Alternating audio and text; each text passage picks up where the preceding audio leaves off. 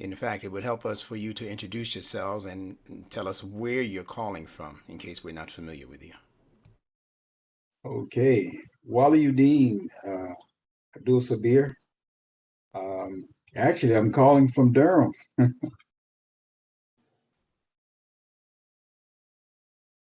All right, so you're in my neck of the woods. Yeah, You could have yeah, come here and did the presentation. yeah.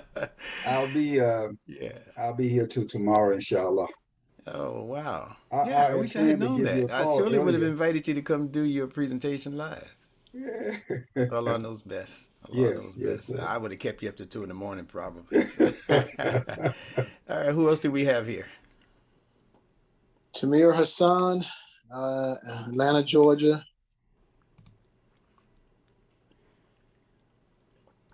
Assalamu alaikum. Ezekiel Abdullah, Atlanta, Georgia.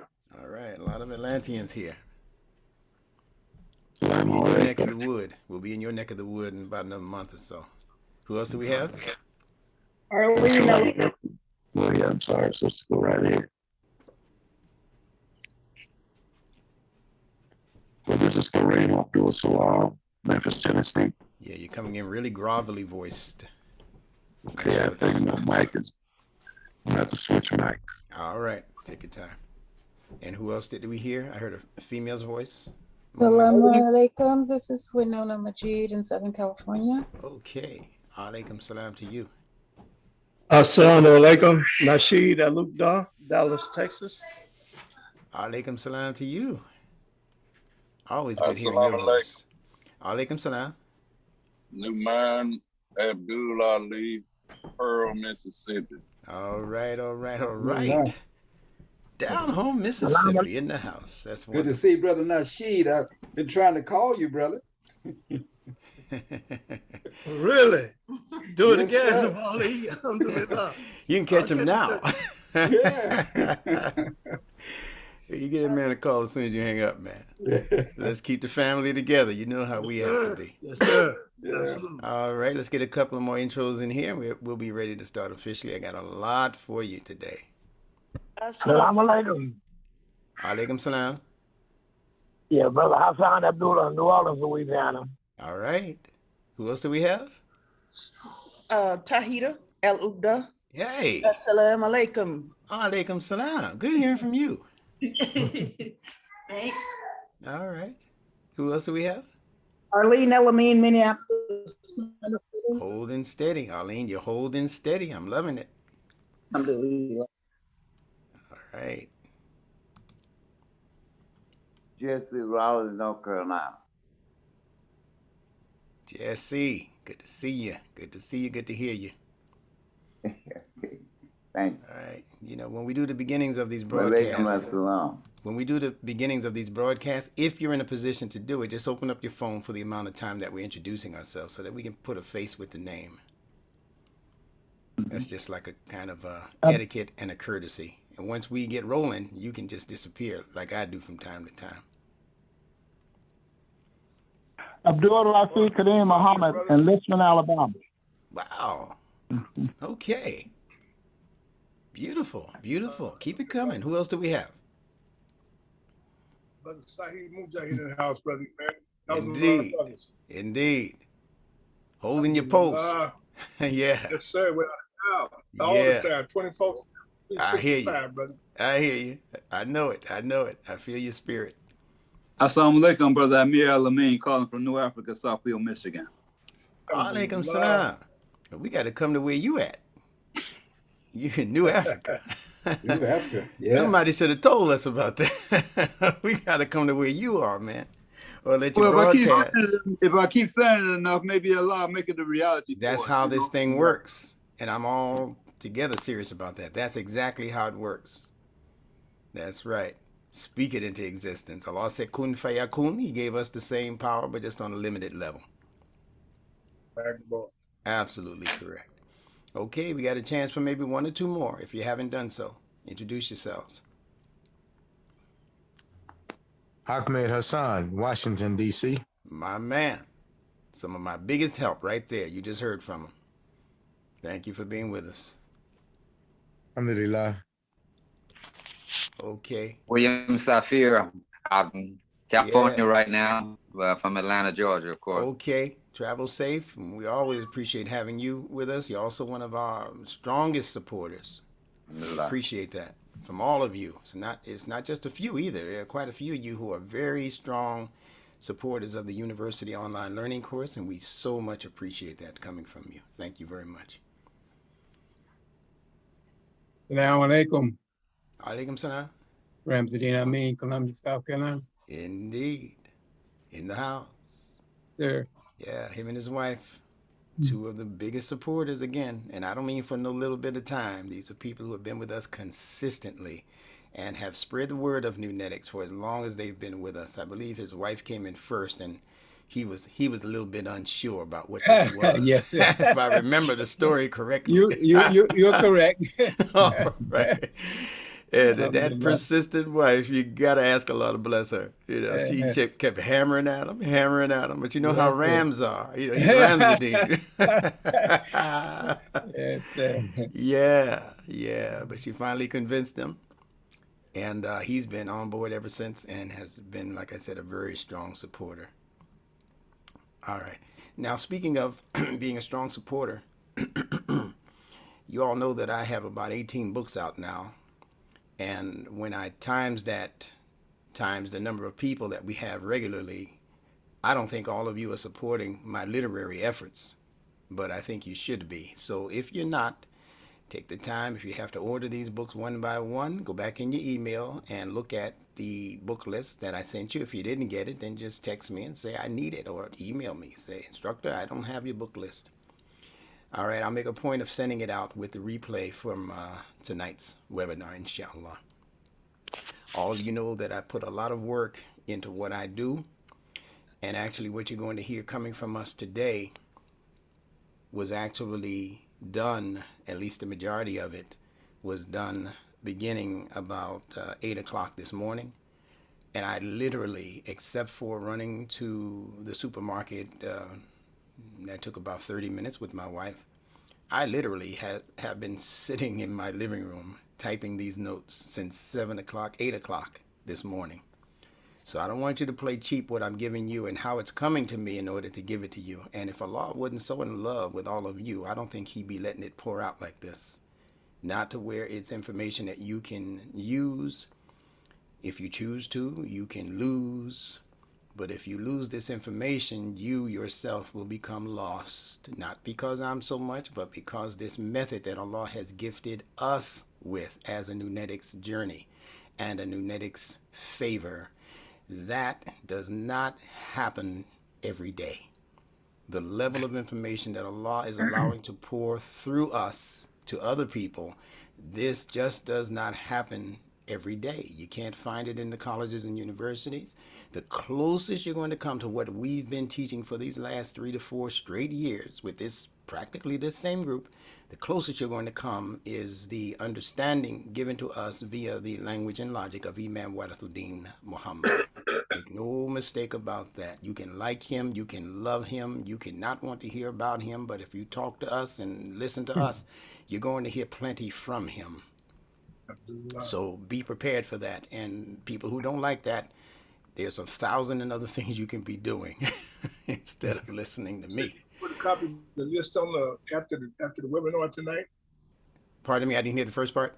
Said you're gonna put a copy of the book list. I don't have that copy. Brother. Yes, sir. Yeah, if you're relatively new, you probably don't have it, but I will make a point to put that as the bottom part of the replay from tonight. Okay. Let me ask you very quickly before I introduce you to our special guest. If you were a part of Karima Medina Bilal's webinar, the excellent information that she gave out yesterday, give us your just maybe like a 30-second response to what you heard and how it might have assisted you. And for those who don't know what we're talking about, she gave a health and wellness or health and healing webinar yesterday that was designed to help you heal yourself. So I just maybe need 3 or 4 people to comment on how that went for them. I know she's been getting some very excellent responses from all of you, or most of you at least, who were participants, but I just wanted the rest of the group to feel that flavor, if you will. Yes, sir, Brother Man. If I may, I have a tendency to talk a little bit, but I enjoyed it thoroughly as far as helping me with some of the information concerning myself. She brought up ideas and things with my life that I've been trying to get together for so long. Actually to take a look at myself, and I enjoyed that very, very thoroughly. I thought it was amazing. Excellent. Thank you, Sahib Mujahid. That's much appreciated, and I'm sure she's going to be very overjoyed to hear your comments. Anyone else? Alaikum salam. Ezekiel. Arguing about the time management and the time discipline exercises that she employed, very, very significant. I need some of that. Yes, indeed. Beautiful, beautiful. All right, let me open up my funny face here for just a moment so everyone can see. Yeah, she went in. I'm just waiting for the next one. That's what I got to do. Okay, Abdullah. Waiting on the next one. You already on the line. The bus ain't even show up yet, huh? You gonna get your seat. Oh yeah. That's beautiful. She's gonna be so happy to hear that. All right, let's get 1 or 2 more responses. Any females who attended have a comment?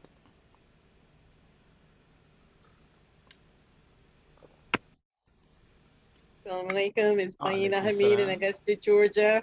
Yes, I did attend it. I thought it was excellent presentation, and it's something that it's very useful to anyone that was involved because it will help you to monitor yourself in the future, your own abilities. You know, it gave you a great insight for achieving your future goals and for time management. I really enjoyed it. Thank you. She's going to be very happy to hear that coming from you because she knows how much of a student and a researcher in many different fields you are. She was commenting on that today, so she really appreciated your attendance. All right, anyone else? Commenting on Karima Medina Bilal's presentation yesterday, if you have a few words, a few comments to make to the group, the part of the group that didn't get a chance to participate, you'll have another chance in another couple of weeks, actually, because she's going to do part 2 and take it up a notch. She's dealing with health and relationships on the most part. Alaikum salam, Salia. This is Salia Amatullah from New York City. I did appreciate the seminar last night. In fact, I invited a few people and one did show up. I was so happy to see. We found it quite enlightening.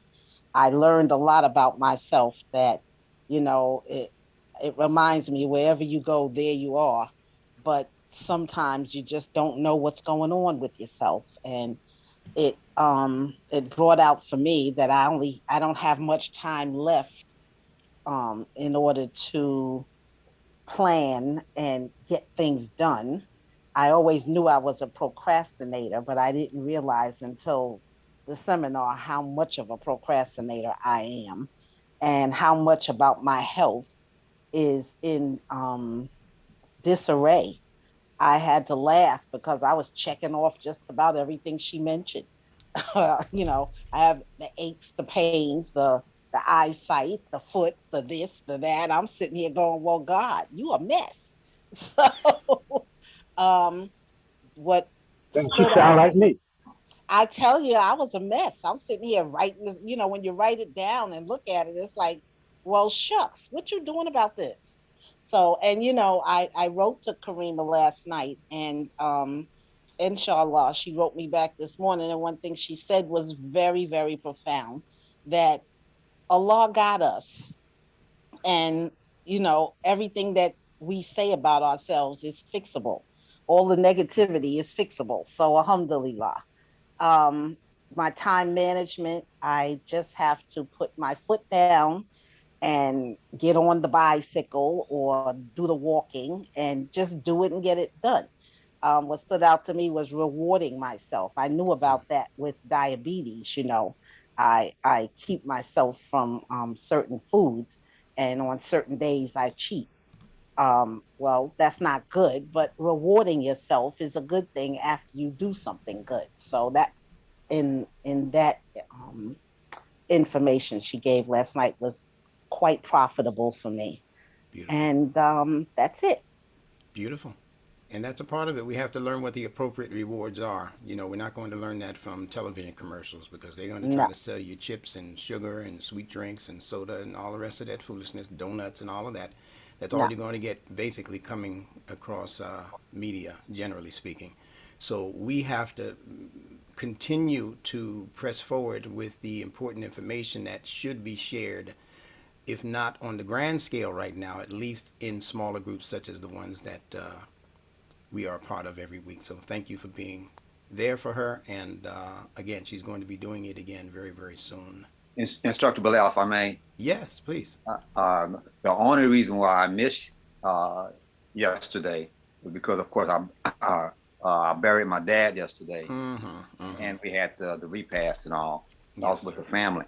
But that in itself was a reminder of the need for that work.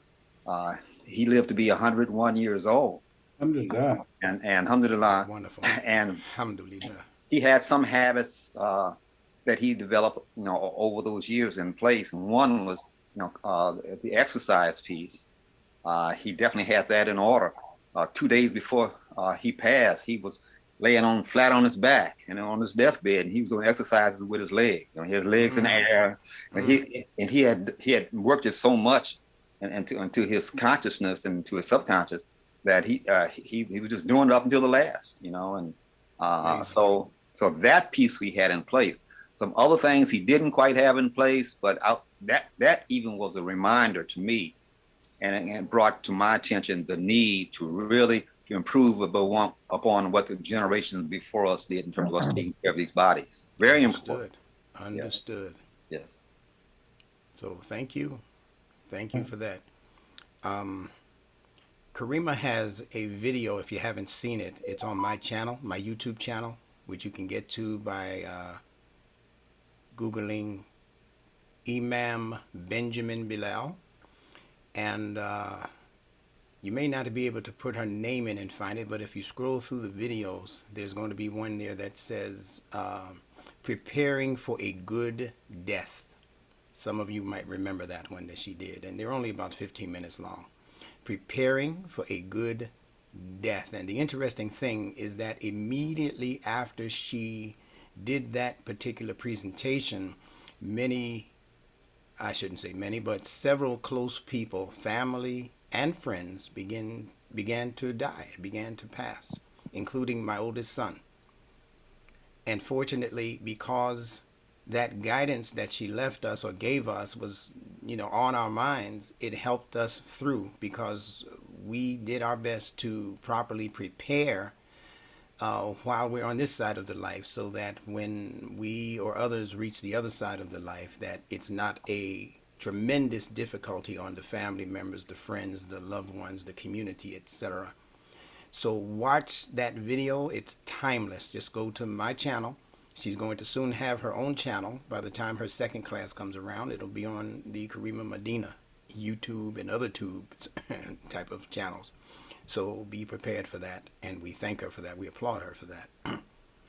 Okay, now I'm going to disappear for just 30 seconds, and when I come back, I'm going to introduce a young man to you who's from the Atlanta, Georgia area, the one who's currently in Durham, who could have been here with me right now if he chose to.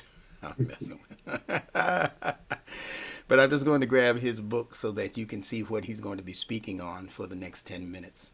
And inshallah, after his 10 minutes are up, then I'm going to jump right into SALAAT series number 9. This is the next to last presentation, so buckle down, have your thinking caps available, get your deep sea diving gear, because Instructor Benjamin Bilal is going to go deep tonight. All right, you can start by just putting your big toe in the water, but I'm going to be looking for you to at least be waist high by the time tonight is over. So give me just one moment to grab that book, and inshallah we'll be ready.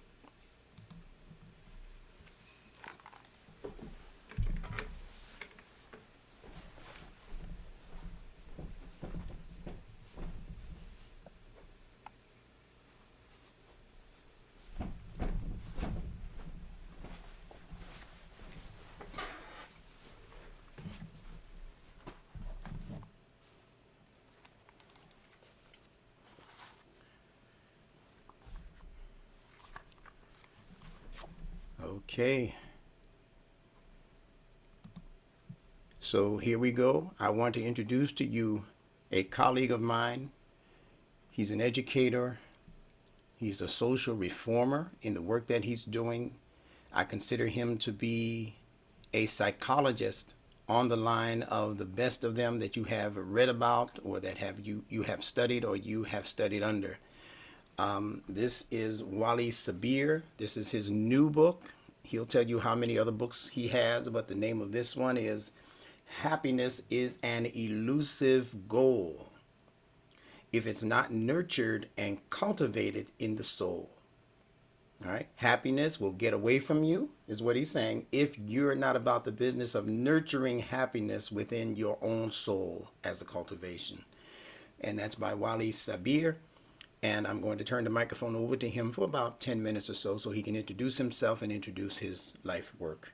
Thank you very much, Wally. You have the microphone. Thank you so much. Salam alaikum. I am indeed honored and grateful to the Source Creator for allowing me the opportunity to be among such esteemed brothers and sisters here on this platform. As Instructor Bilal said, my name is Waliuddin Abdul Sabir. I write under the name Wali Sabir. It's a lot simpler for a lot of people. And I want to start by, of course, thanking you for this opportunity to share and just dialogue with you for a few minutes.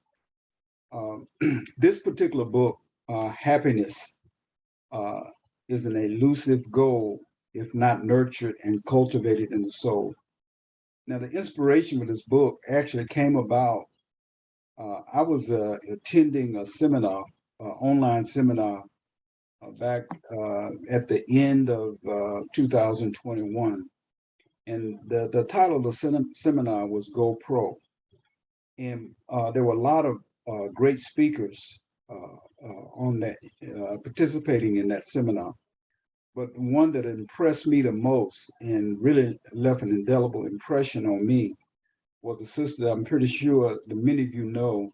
Her name is Lisa Nichols. She is, taught as to be the female Les Brown. That's just a way for you to know her. But her story was very impactful.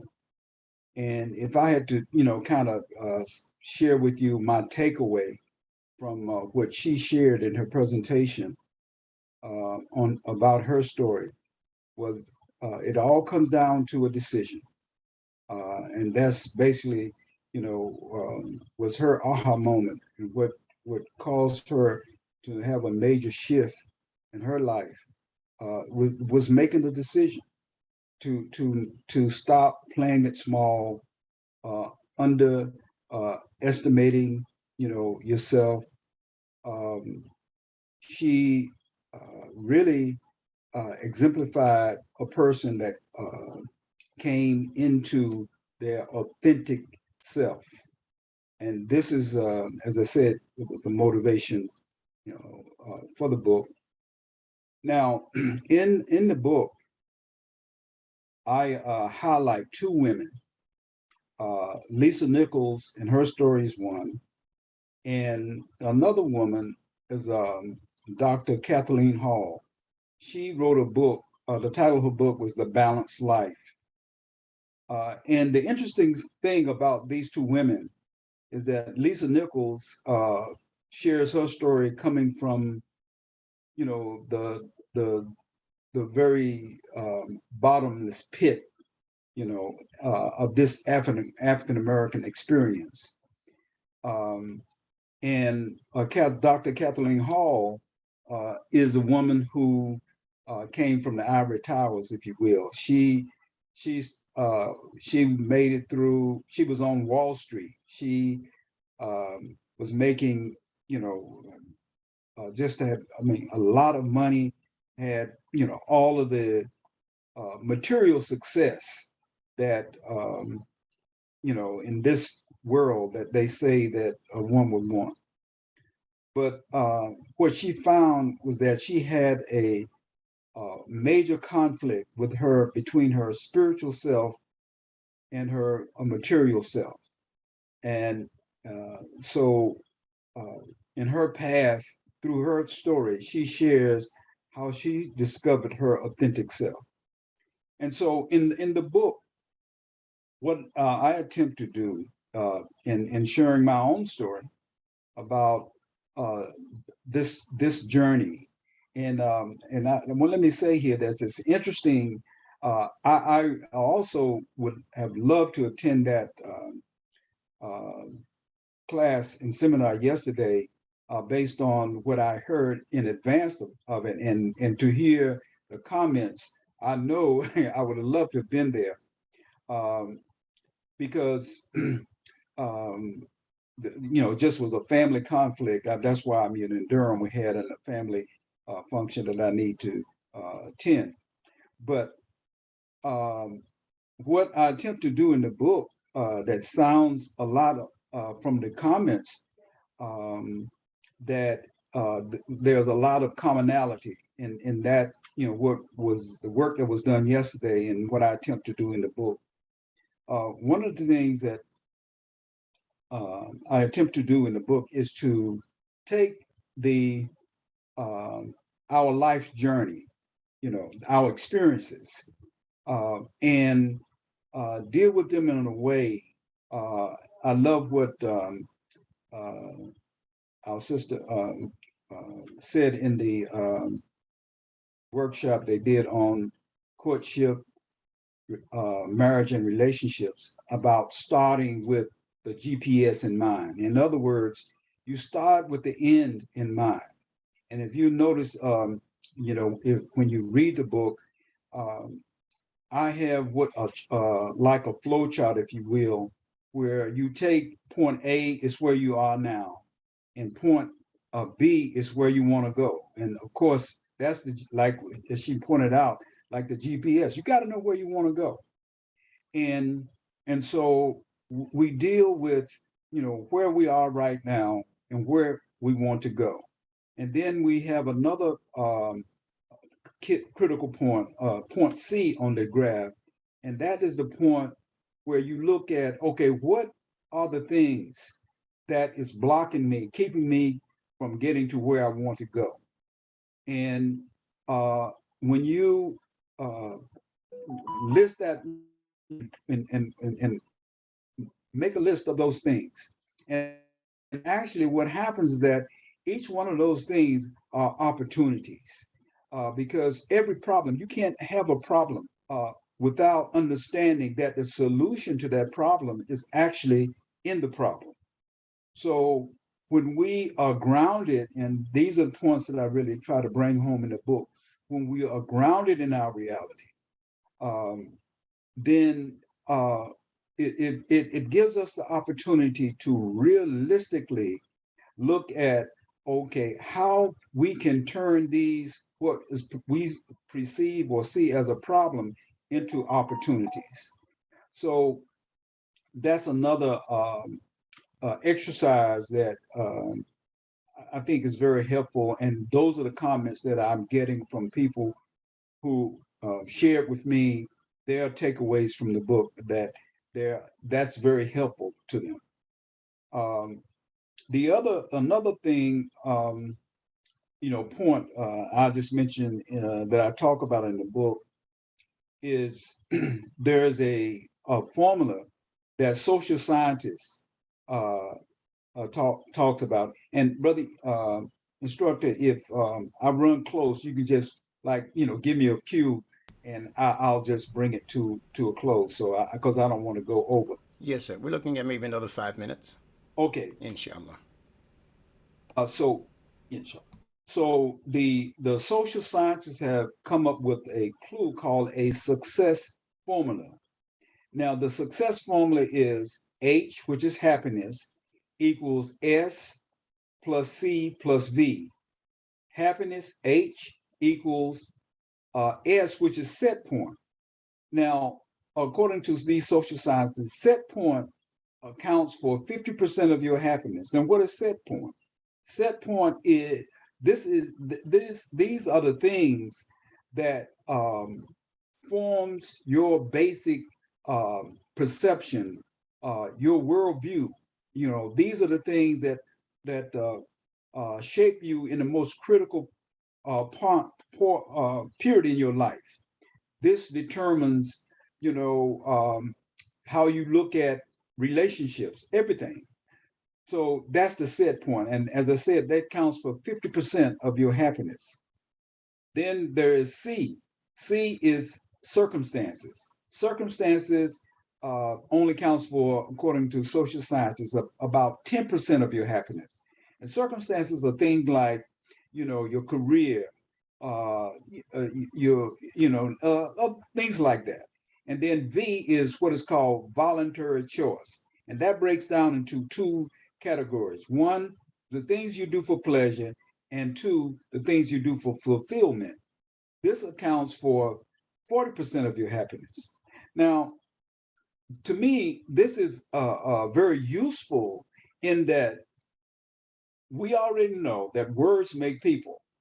And what determines your set point really are the words that shape, you know, you and how you are formed, you know, in your most critical and developmental period of your life.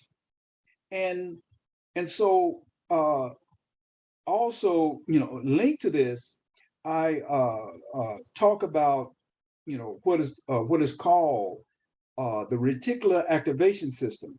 Now, at the base of your brain, we have what is called the reticular activation system.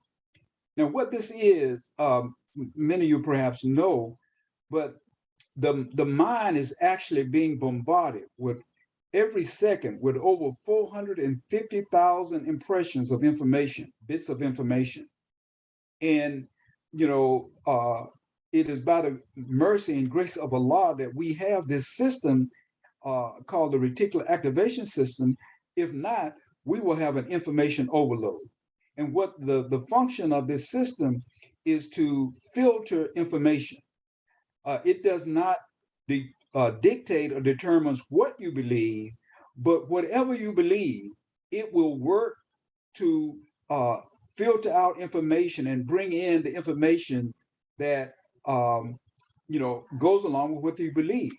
And so it seeks out information that that's agreeable to what you believe, and it keeps away information that you know, that is totally in opposition to what you believe. So this is very critical. And in the book, we have a dialogue about that and how, you know, that works to shape, you know, our whole worldview and our sense of you know, happiness. And I'll close out with this comment. We believe, and I believe that the happiness is really our inheritance. That's a part of, I mean, this is something that how we know that. Think about an infant, a baby. I mean, a baby, as long as that baby is being properly cared for, I mean, it's happy. And so you can see it when the baby gets the proper nurturing and care that is warranted, then happiness is just an automatic thing. So happiness is really a possession, and that we naturally, but we all want it. I mean, that's something that is something that is a part of who we are. And the bottom line is that what we say is happiness really is impossible without coming into your true authentic self. And that is really the key, the doorway to happiness. And we all have a unique role. And the beautiful thing about life is that we are not in competition with anyone, because no one can do what I was created to do, and no one can do what you were created to do. So we are all complementary of one another. And so it's important that we discover and we find our true, authentic self so that we can fulfill our unique purpose in life. Beautiful. So I'll close out with that, brother instructor. That is very beautiful. Very beautiful. Could you give them, in closing, information on how they could possibly order your book? Yes, sir. Of course, you can call me at 214-370-5612. And you can email me at climatesuccess@gmail.com.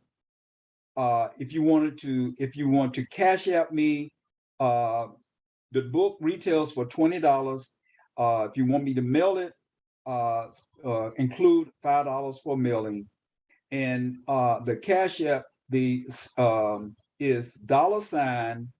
$Wali Sabir, $Wali Sabir. So again, thank you so very much. And if you have any questions or comments, please feel free to email me or call me, and be happy to respond. Thank you so very much. Thank you, sir. Much appreciated. Alhamdulillah. We thank Alhamdulillah. Allah for you, and we look forward to having you back soon. Alhamdulillah. All right. I almost don't know what to say.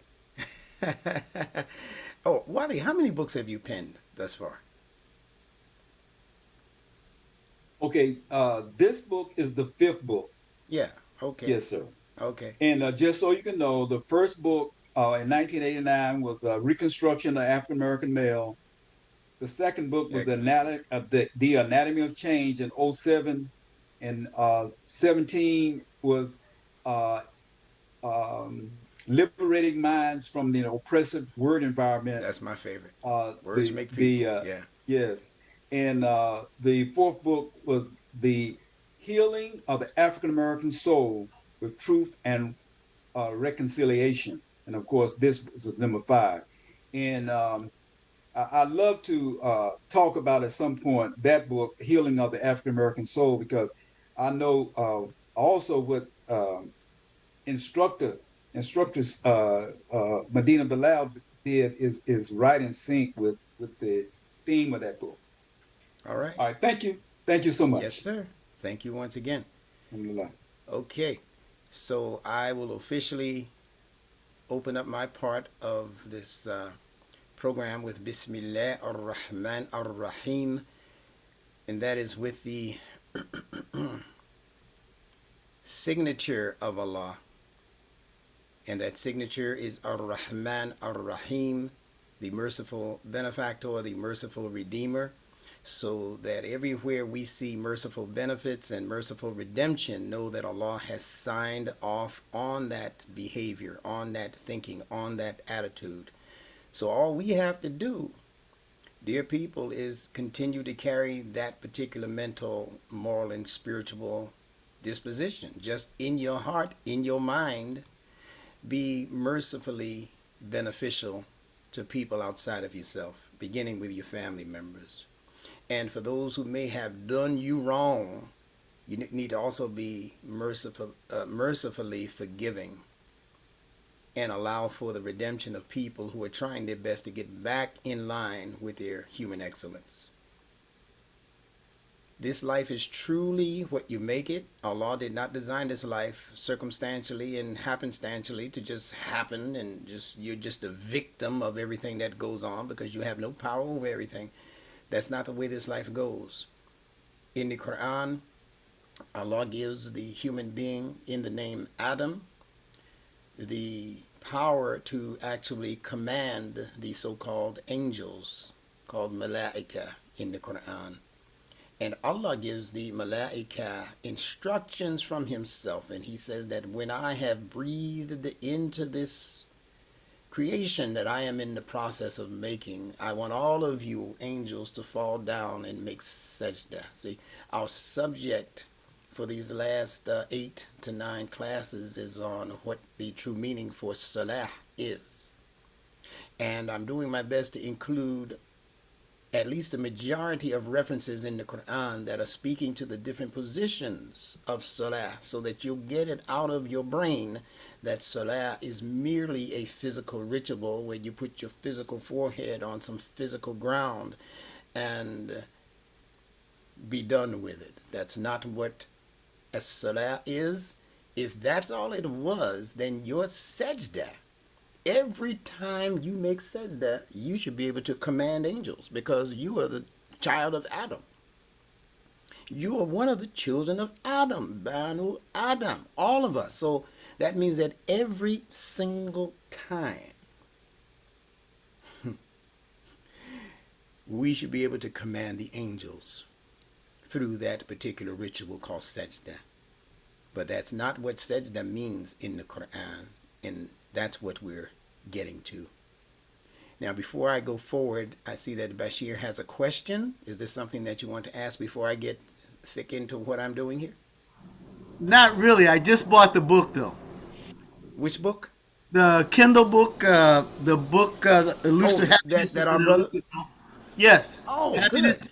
Yeah, I just bought it from on Kindle. I got it from Kindle. I just bought it. Yeah, so just Google the name of his book. I think it's on Amazon also. Google the name of his book if you want to get it as a Kindle. No, I bought it already.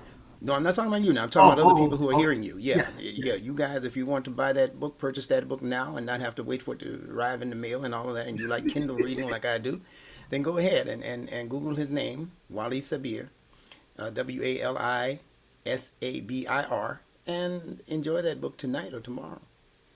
So thank you for that, Bashir. You are a walking advertisement.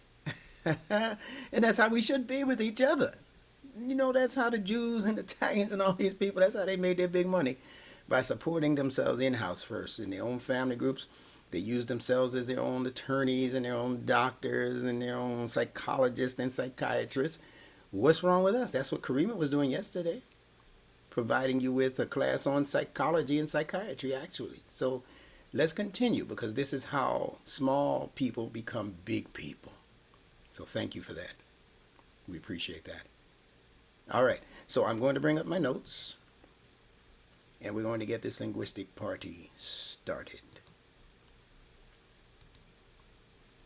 Bear with us tonight. I have a lot for you. I told you I've been working on these notes since about 8 o'clock this morning straight, and I think I only took a break to maybe eat and run to the supermarket. So I want you to listen with that kind of attention.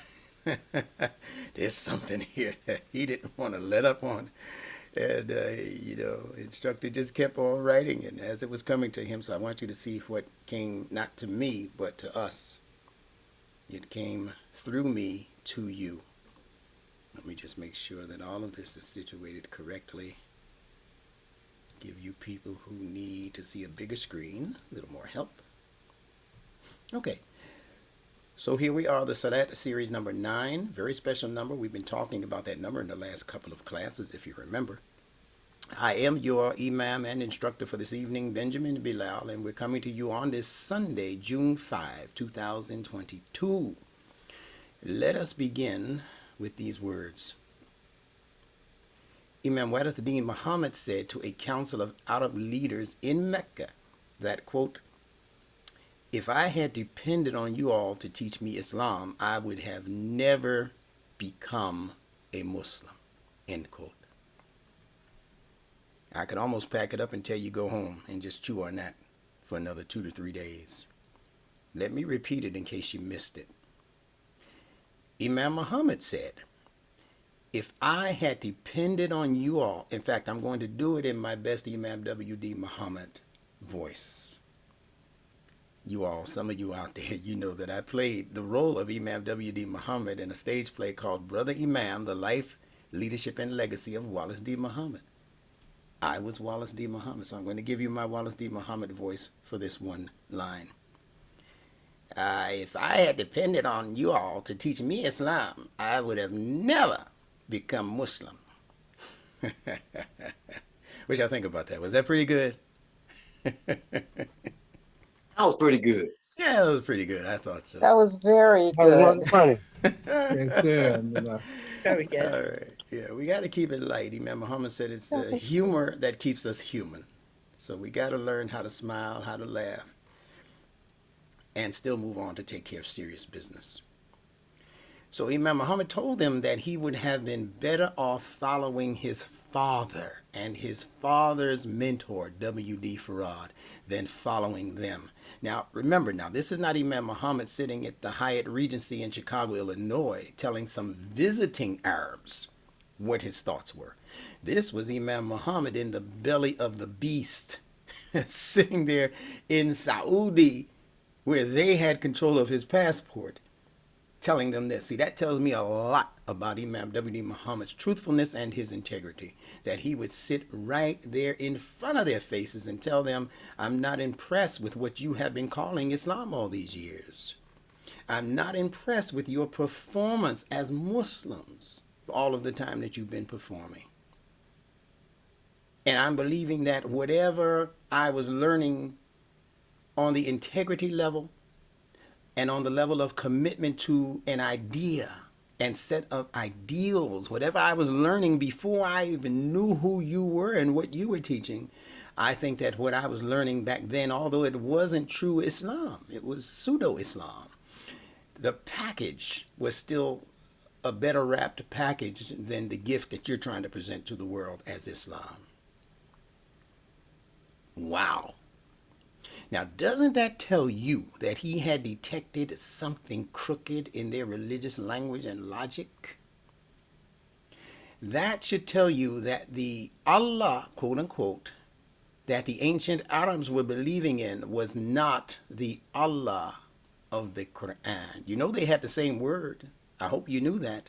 Before the coming of Muhammad the Prophet and the Quran as revelation, the Arabs were worshiping a God, quote unquote, called Allah. It's just that he was the God who was in charge of a lower pantheon of gods.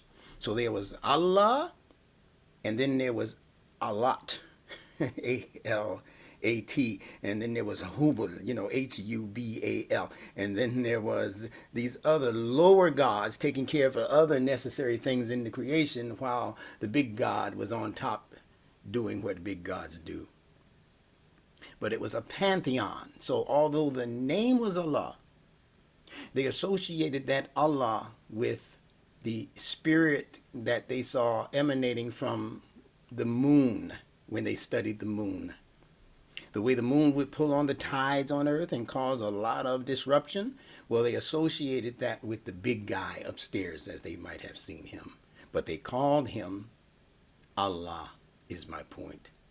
So don't think that just because they called that God Allah, that it's the same Allah that the Quran presents as Allah, because it's not. So pay very, very, very special attention and careful attention to the rest of what we have to say for the rest of this series.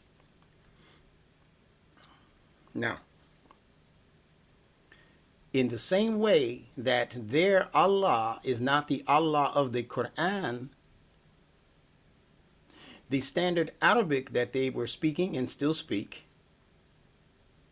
that's being taught to the Arabs and taught to us through these standard Arabic classes, is not the same as the nature-based Arabic of the Quran. The Quran's language is not scholar-based. It's not school of thought-based. The language of the Quran and its Arabiya is Fitrah-based, meaning it's based in the fundamental instructing signs being brought to us through Mother Nature herself, and Fitrah. Now listen to what Imam W.D. Muhammad has to say in the new book that's been compiled and published by Ronald B. Shaheed. It's called Follow the Leader.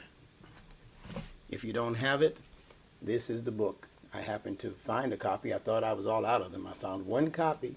And I promised this to one of you learners, and as soon as I'm finished with this tonight, this will be in the mail tomorrow on its way to that one learner.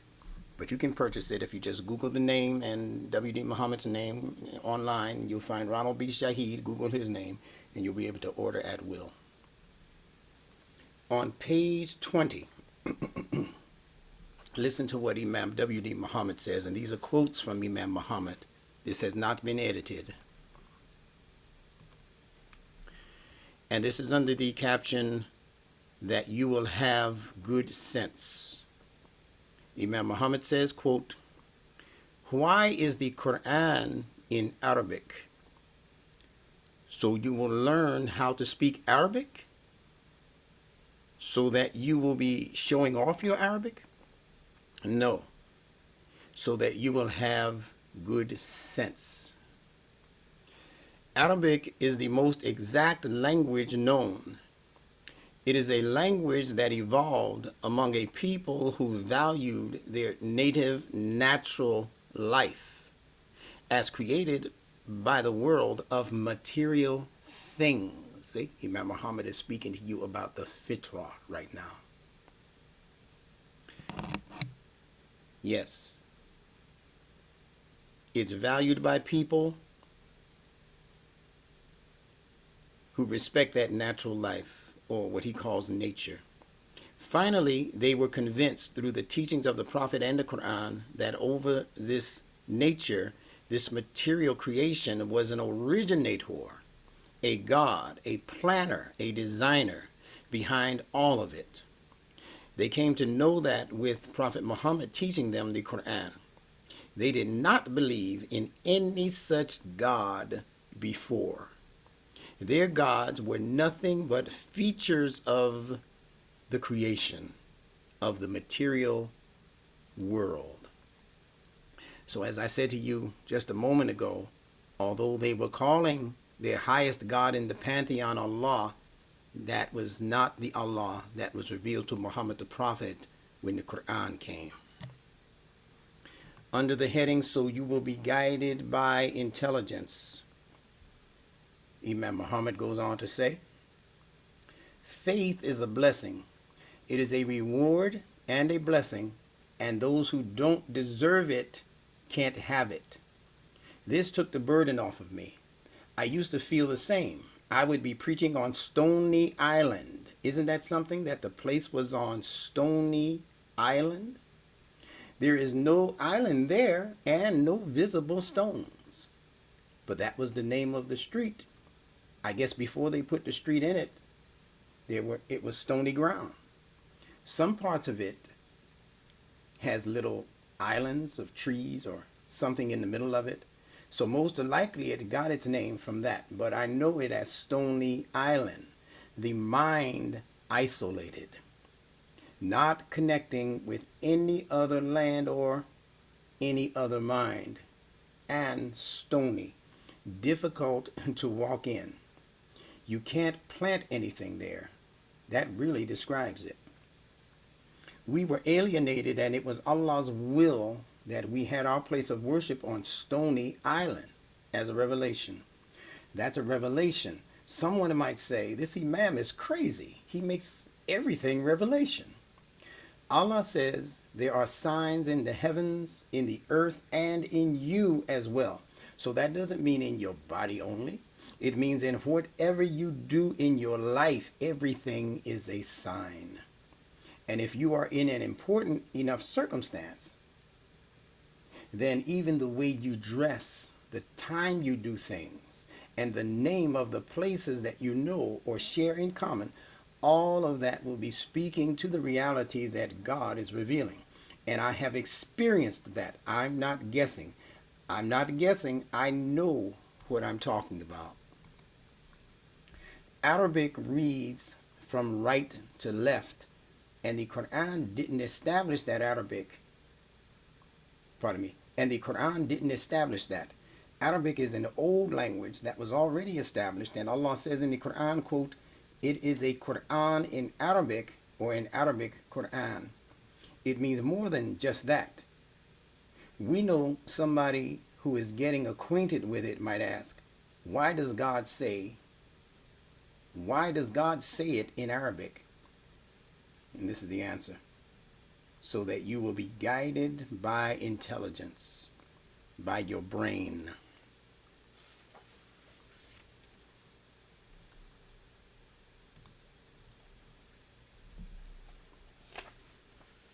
And I have one more passage here to read, where Imam Muhammad continues. And in this passage, he's speaking on a subject that we've been dealing with for the past month or so at least. and that is understanding Jesus the Christ. Imam Muhammad says, Christ Jesus said, I in you and you in me. You are members of my body, but I am also in you. What was he saying? The Christ nature is in everybody. But some people just do not awaken to their Christ nature. The world pulls them out of that nature and can cause them to live a life of sin.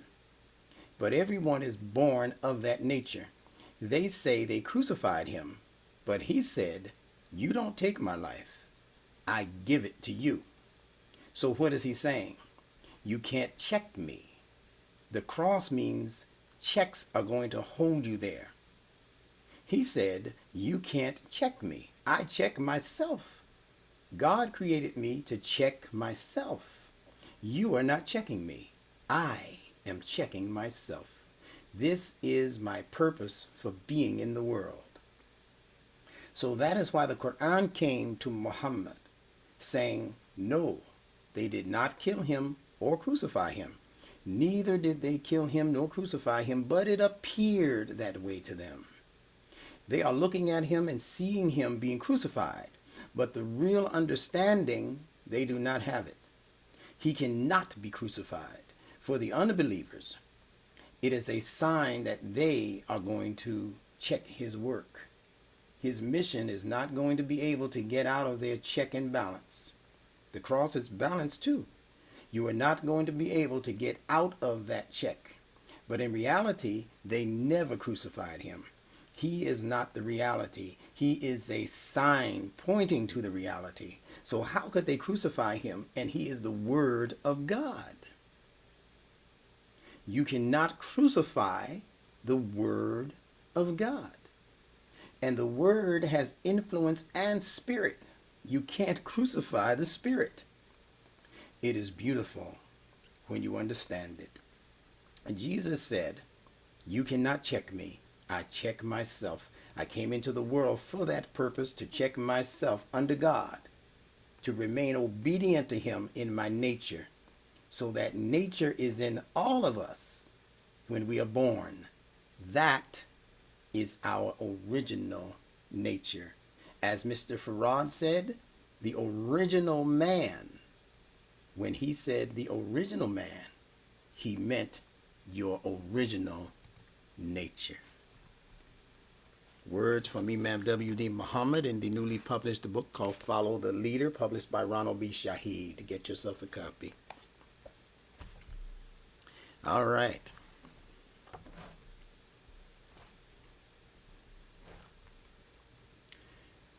I believe that Stony Island can also be a reference to the isolated pineal stone gland sitting in the middle of your brain. The pineal is sandy when calcified and stony when not.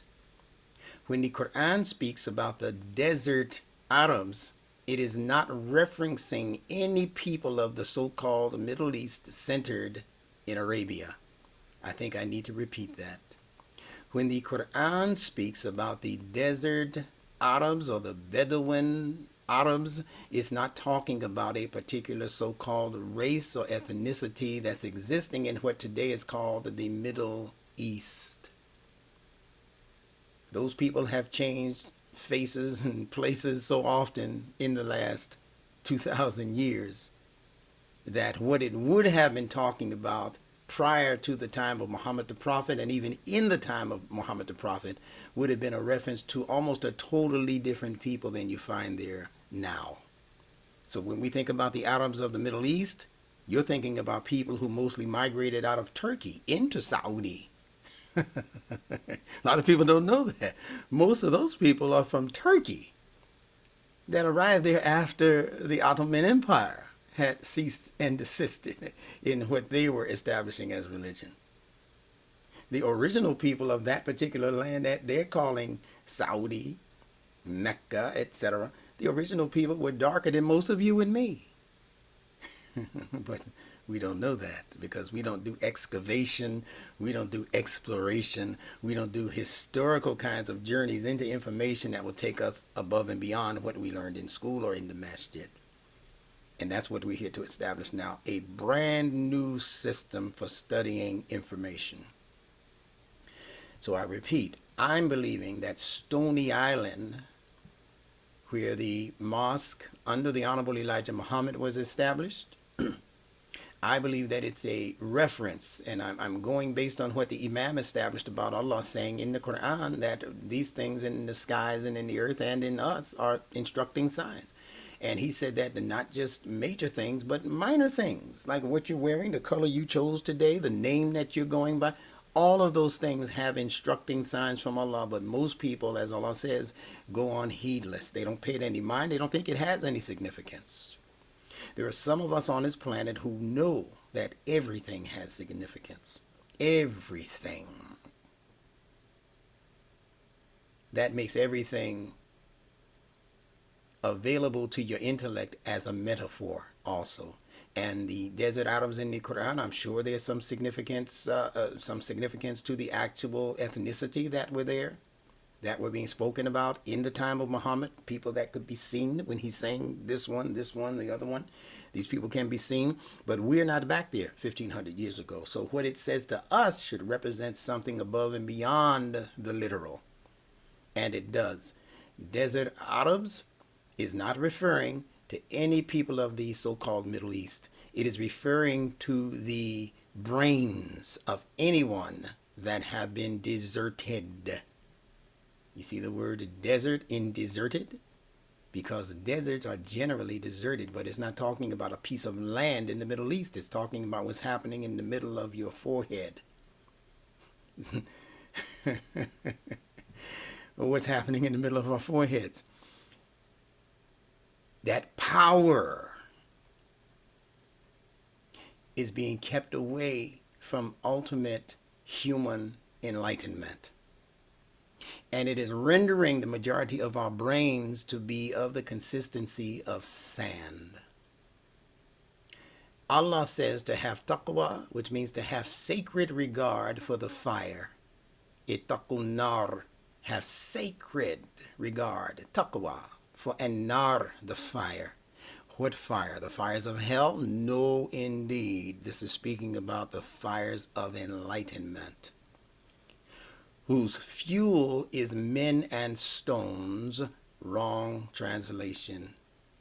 Whose fuel is an-nas, and an-nas is a code term for people of intuition, people who are motivated on the intuitive level, because academic learning has not yet surfaced for those people. So they can only go by what Allah has placed within them intuitively to make their way, to make their day.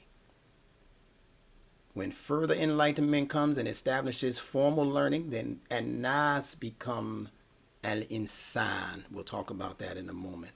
But whenever Allah mentions an-nas, he's talking about nas. And nas is related to nose. You can hear the consonantal connections. Nas, nose, nasal. You can hear all of those consonantal connections. Beautiful instructing signs from Allah. And the nose, as you know, is related to intuition. Something smells fishy around here. Ain't no fish in that area. He's talking about his intuition. And what is the stone? The Quran doesn't say men and stones, plural. The word is al-hijarat. That's one thing. That's the stone. Definite article. Al-hijarat. One stone. What is that one stone? It's that polished piece of art called the pineal gland. Once you learn to activate it, when it becomes activated, it does exactly what pine cones do when you light them on fire. They begin to spark and sparkle like firecrackers. Not physically in your head, but in terms of your creativity, in terms of your inventiveness, in terms of the ideas that you'll be able to snatch out of the cosmos in order to continue building your life and the life of people around you. You will become supra-enlightened, is the point. And we'll explain this ayah during the next class. Imam W.D. Muhammad mentioned that Surah Al-Ikhlas, Surah 112, he mentioned that the major theme of that surah is the eradication of false, quote-unquote, worship of Allah, and also the false worshiping of men. So let's go through that very quickly. There are only 4 ayat. Allah says, Kul huwallahu ahadun.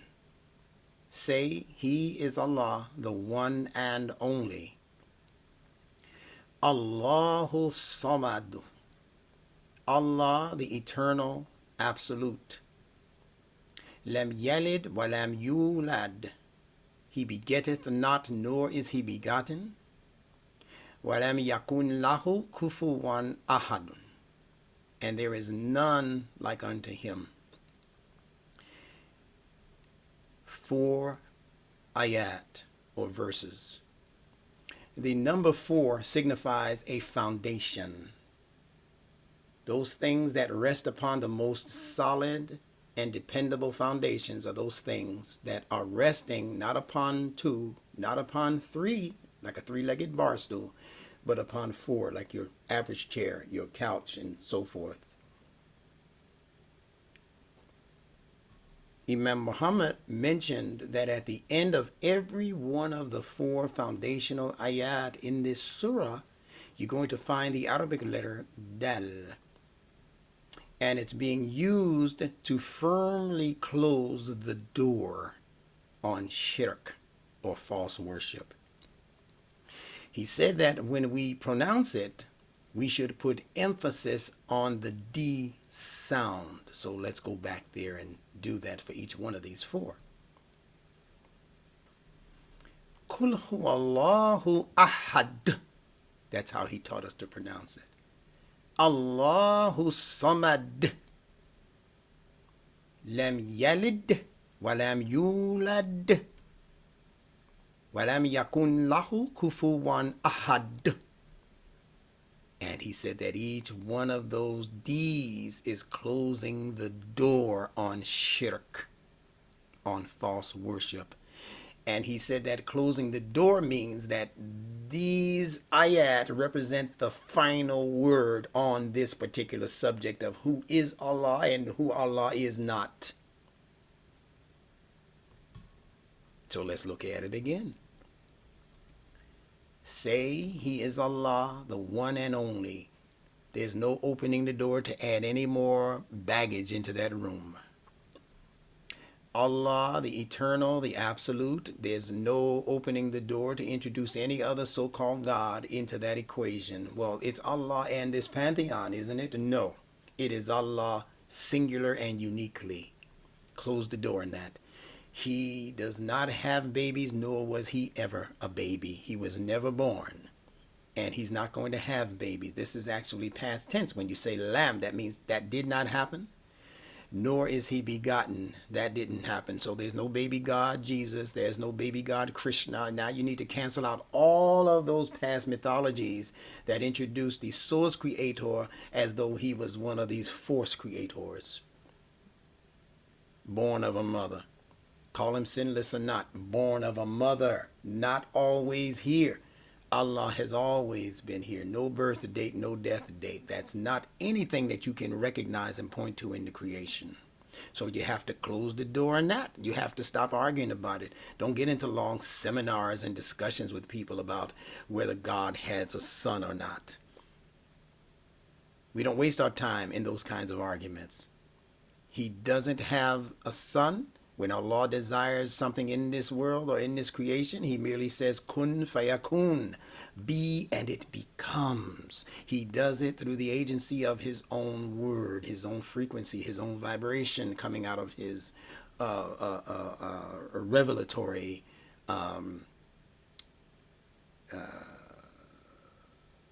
design, we'll call it. He designed revelation for that purpose. And there is none that can be compared to him. Walam yakun lahu kufuwan ahad. There is none who can be compared to his ahad, his oneness. So if you place the source creator within a group of lesser gods, even though they are lesser, they are being compared to the greater, which you're saying is Allah. You're saying Allah is greater when you say Allahu Akbar. Greater than who? Greater than the pantheon that sits beneath him or that is stationed beneath him. We can't say that. That is a reference to the Allah that the Arabs were believing in prior to the coming of Muhammad and the Quran. So we can't say Allahu Akbar. That's nowhere in the Quran. But it's in the hadiths, isn't it, Instructor? Yes, but it's nowhere in the Quran. So where did the hadiths get it? You get it? All right. No, Allah says, wa dhikrullahi akbar. See? Not Allahu Akbar. Wa dhikrullahi akbar. There's a difference. And the difference is that Allah is saying that it is the dhikr of Allah that is greater. Allah is not saying he's greater. Because if he were to say Akbar, then he's using himself in a comparative way to compare with being. You have to say greater than what? You have to compare him at that point with something. And Allah is not to be compared with anything according to this final door being slammed in our faces right now. That there is nothing to compare his oneness with. See, they didn't even translate this correctly. And there is none like unto him. That's not what this says. This says, and there is none, or there has never been one, yakun, that is existing like him. That's literally what that is saying. Kun, yakun. There is none who is existing or who will ever exist in the future like him. Lahu. Right? Kufuwan. What is that kufuwan? The letter kaf, the K in Arabic, means the palm of your hand. And you know what it means to wear a kufi. That means it's palming your scalp, your top layer head. Kuf, a kufi. Kufuwan means that whatever this idea is that you have, that you keep comparing the source creator to, that idea has captured you. And Allah says that there is none to capture you like his oneness. His oneness is what's capturing you, not these idol gods. And it's capturing you in the same way that you capture things in the palm of your hand. So concentrate on what Allah's oneness represents in your life. And the best way to do that is to establish oneness for your life. But you can't establish that oneness as though you are Allah. You can establish oneness on the level of your human performance. That's why Allah uses a different word when it comes to our oneness. He never mentions humans as being ahad. He only mentions the word wahid in relation to human activity. Because the wa, that letter, means and. So when he says wahid, he's talking about how his ahad, his oneness, influences everything that he has created. And that's the force and the influence that shapes the world. He's created everything in this universe to reflect his oneness. That's wahid. And it cannot escape. He captures that oneness. You can't escape. Even though things in the cosmos and in the earth and in our environment, they look like different things. If you had the capability as a science to begin to boil all of what you're looking at and feeling and touching and tasting and all of that, boil it all the way down to its absolute essence, you're going to have energy everywhere. The stars, the air, the moon, the rocks, everything is going to boil down essentially to energy in motion. Just energy. So everything is actually one thing. And this is what the term Tawheed, from the same root as Wahid and Ahad, That's what the term Tawheed means, to be able to recognize the oneness, although you're looking at variations and differentiations all around you. You respect all of what you're looking at, knowing that it was Allah and Ahad that created it. So how can I then leave that kind of rationale to entertain the idea of a race being superior to another race, or to the male being superior to the female? I can't even leave that kind of rationale by suggesting to myself that humans are better in the world than a frog or a dog. You see? The idea of Tawheed says that everything is to have its respective respect. And you know how you know? Allah says in the Quran that if he were to wipe out every single human being, he could produce a new group of humans just like that. And science says that if all human beings were to disappear from the face of the earth tonight, nature would be a better place. Everything would begin to replenish. This, pollution, air pollution, water pollution be gone. In a couple of weeks, look at what happened at the beginning of the so-called COVID, when cars were not on the road. People were finding blue skies in parts of the world that they never knew had a blue sky, in China and all these other places that stay smoke-filled. So the earth, the Fitrah, is going to immediately return to its default setting if humans weren't in the way of that. So if human beings disappear from the earth will shout a hallelujah. So we're not the best thing since sliced bread on the back of this earth. And we have to stop acting like it. Don't let your children just run out and begin stepping on ant mounds, or poking at things, or trying to catch birds out of the air and all of that foolishness. Respect those things on the same level of sacred respect that you would normally respect another human being. And that's probably why too many human beings don't respect even other human beings, because we do not understand, it is not registering in the aql, in the intellect, the importance of that sacred respect and that sacred connection with other life forms. So the number 4 signifies a foundation. We said that. And we mentioned that those 4 ayat in Surah Al-Ikhlas are representative of a foundational 4. A foundational 4. And that D at the end of each one of those sentences is being used to close the door on shirk. So we should put emphasis on that D. Now the Arabic letter dal means door. And it also refers to a firmly rooted foundation. A firmly rooted foundation. In ancient Arabic, the letter dal represents the firmly rooted teeth, as the teeth are rooted into the gum. And your teeth actually represent the doorway into your mouth. So it's all related. Dal represents all of the places that we enter and exit by the permission of the homeowner. It was this level of paying attention that earned me the gift of Nunetics. And if you pay equal or better attention to the Quran and to Imam W.D. Muhammad's particular explanations, you will be gifted also with equal and even better linguistic systems than even Nunetics is offering you. All you have to do is continue to pay attention. In the Bible, Jesus is reported to have said to his following, "And greater things will you do after me." Does that sound like God speaking, or does that sound like a mortal with sense speaking? And would God ever say to any of his creatures, "Greater will you do after me"? No.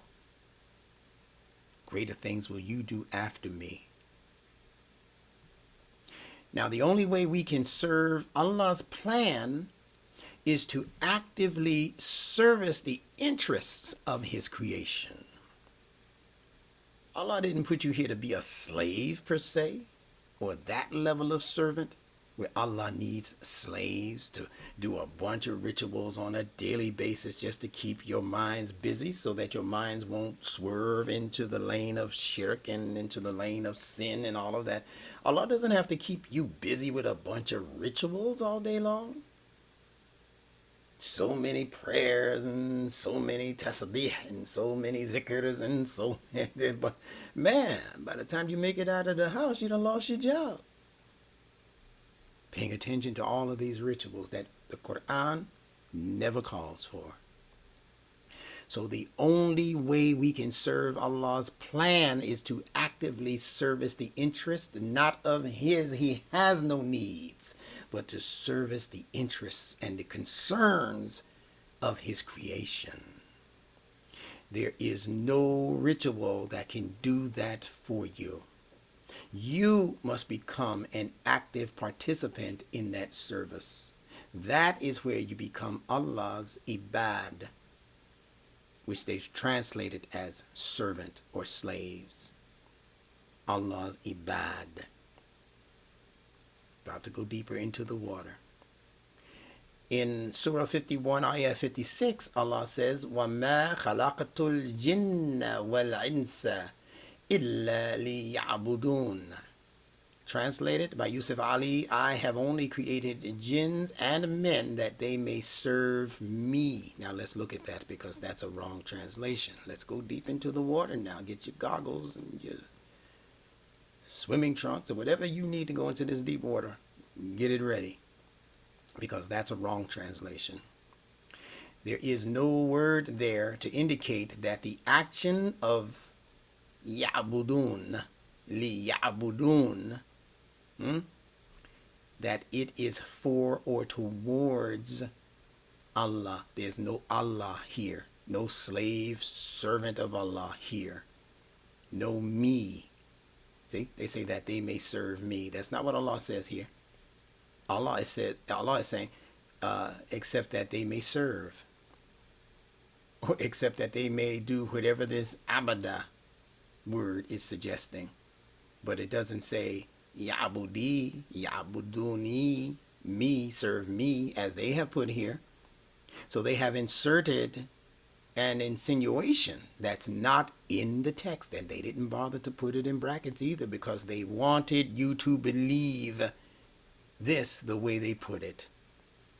This is not Allah speaking, trying to rally up servants. That's not what Allah is doing. There's no word there to indicate that that is towards Allah. The letter waw, this letter right here, the letter waw means and. And it exists here between the word jinn, al-jinn, and an-nas, meaning the human. The jinn, al-jinn, right here, al-jinn, wal, wa, al-insa. Not insan, not nas, al-ins, whatever ins is. We'll get into that in a moment. So because a wow is there, what's being said is that these two things are operating together. Operating successfully and successively, whatever the word is for one coming after the other. My English is a little bit bad when it comes to these things. All right. So what is this saying now? They're operating together as a single entity or effort. When the passions, and that's how we're translating al-jinn right now, as human passions, not as some spooks running around waiting to get in your bathroom, waiting to whisper something into your ear so you can have a bad dream tonight. That's not what we're calling al-jinn according to the Quran. We're using al-jinn to represent human passions. When those human passions become activated, so do the human instincts. And that's what we're translating out of the term al-ins. So we have al-jinn representing your human passions, especially those passions operating in the lower region of the soul. Base level passions. Operating together with your human instinctive drives. Ins gave birth to the word instinct in English. They work together in order to bring the human being into an accelerated rate of growth, production, and advancement. So stop thinking that every time you read about the jinn, you're reading about the devil. You're reading about Ash-Shaytan, Rajim, and so forth. All of these foolish things and corrosive ideas that we've been introduced to as Islam. They're not correct. That jinn being in this ayah is as precious a creation of Allah as is the human that's being discussed here in the term al-ins, the ins. We have been taught that the jinn are these creatures just a few degrees lower than Satan himself, and that is simply not correct. The jinn are part and parcel of your human nature. If you were listening to Imam Muhammad at the beginning of his leadership tenure back in 1975, he did quite a bit of work on the word jinn, and he explained it from the outset as being part and parcel of our human nature, and he made a point to say that the jinn represent humans prior to their receiving of revelation. So all people all over the planet were jinn before they received a prophet who brought revelation. And it was the revelation that served to advance the internal you, the internal person, to advance that person to become more inclined to recognize a source creator and differentiate that source creator from all of these worldly force creators. It is said that someone asked the prophet, that would be Muhammad, whether he had a jinn within himself, and he stated, yes, but I have managed to discipline mine. Sometimes you'll see that as yes, but mine became a Muslim. I made mine a Muslim. I made mine a submit. But the word aslama does not mean submit. It means to fall under a particular level of discipline. So here's the correct translation for the ayah at hand. And not have I created the jinn, meaning the human passions and drives, and the ins, meaning the human instinctive nature, except for ya'budun. That ya on the beginning of li ya'budun means present tense and on into the future. Wherever you see that ya at the beginning of an Arabic word, it represents present tense, right now. He's saying, I did this for right now, but I also did this for the unforeseeable or into the unforeseeable future. Ya'budun, that means forever and a day you're going to be whatever this word is suggesting. What is it suggesting? It's suggesting that you are going to become an initiate. This is the purpose under which Allah has created each and every one of us, to be an initiate. That means to be perpetual students of the Fitrah. He doesn't mention himself. He doesn't say, worship me. No, he says, be an abd in relation to his Fitrah. You have to become an initiate in terms of your observation of this grand plan that Allah has placed you within, and begin learning step by step and stage by stage from what it is your 5 basic senses are taking in on a daily basis. Let's continue. The Arabic word abd that we're discussing now carries what is called in language the A of negation. Now this is the letter Ain, the letter Bait, and the letter Dal to form the word Abd, which they translate as servant. But again, Abd is carrying the A of negation, which nullifies the word following that letter A. And it can be Aleph or Ain. It's still considered to be the A of negation in language. So you have to follow this very carefully, so pay attention. A, in the case of abd, what follows that A is the BD. A, BD. Abd. Listen carefully. Abd. Abd. And the BD in language, no matter what the language, it has a theme attached to it, as all combination vowels, all combination consonants do. It has a theme attached. The theme of the letters or the sounds of BD represent the theme of temporariness, being temporary, non-permanent. So if the A is negating the meaning of BD, which means temporary, then ABD obviously means not temporary. I hope y'all are getting this. BD words mean temporary. ABD with the A of negation means not temporary. Let's look at these letters in some English words and some Arabic words. There's the English word bed.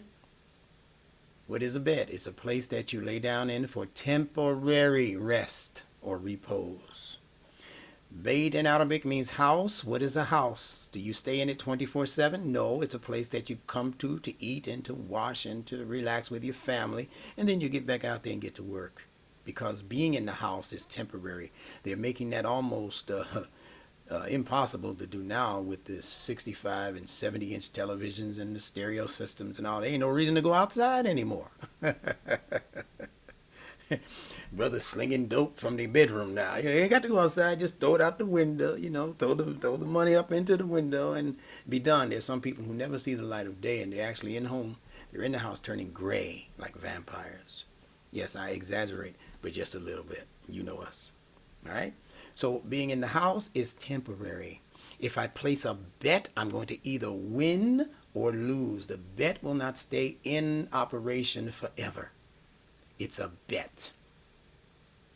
If I'm being bad, I'm not going to be bad. It's not in human nature to be bad just perpetually. Your child has a moment, the child is acting bad, the child acts out, but that's not their 24/7 behavior. We hope not. Okay? So being bad is a temporary situation. If I put a boot on, it's because there's ice outside, there's rain outside, that kind of thing.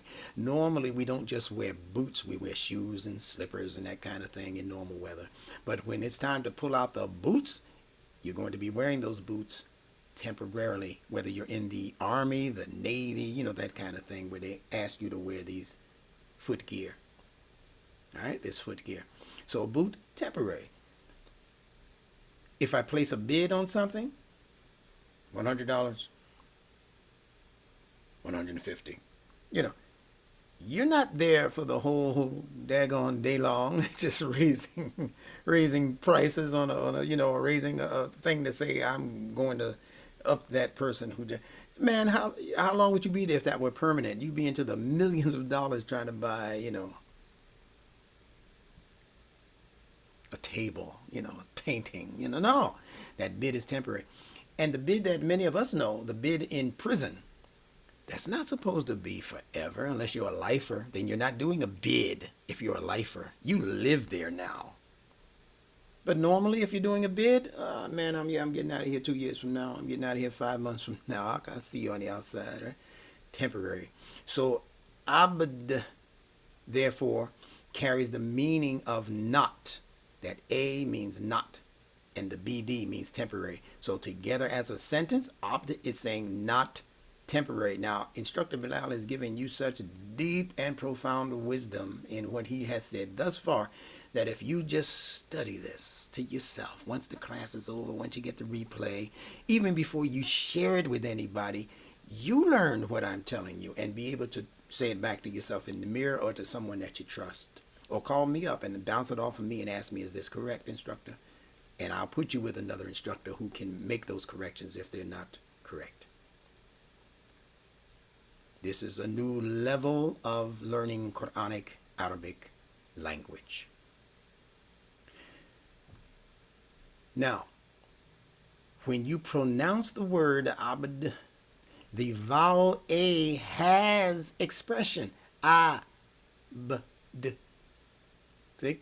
The A has expression, but the BD does not. And if you're not understanding that Quranic Arabiya is that meticulous, that it takes into account, when registering meanings on the human brain, it takes into account every single nuance of sound or even no sound, what's called a sukoon.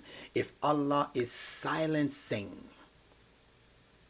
a consonant, as he is doing in this case with abd, he's giving expression to the A, to the ain, but he's silencing, he's not giving a vowel to either the B or the D, which means that whatever those letters mean, and that's why you have to get really savvy at understanding the meanings not of root words alone, but of the individual letters that form root words, because each one of those letters has its own unique meaning and significance. You want to learn more about that if you're not clear on what we're saying? Get the book Nunetics. We'll show you how to do that at the end of the class. Someone please remind me.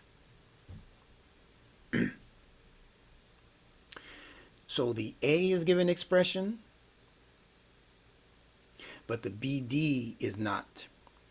What does that suggest? It suggests that both the house, in that word bait means house, means other things, but it means house, enclosure, something that is capturing you, containing you.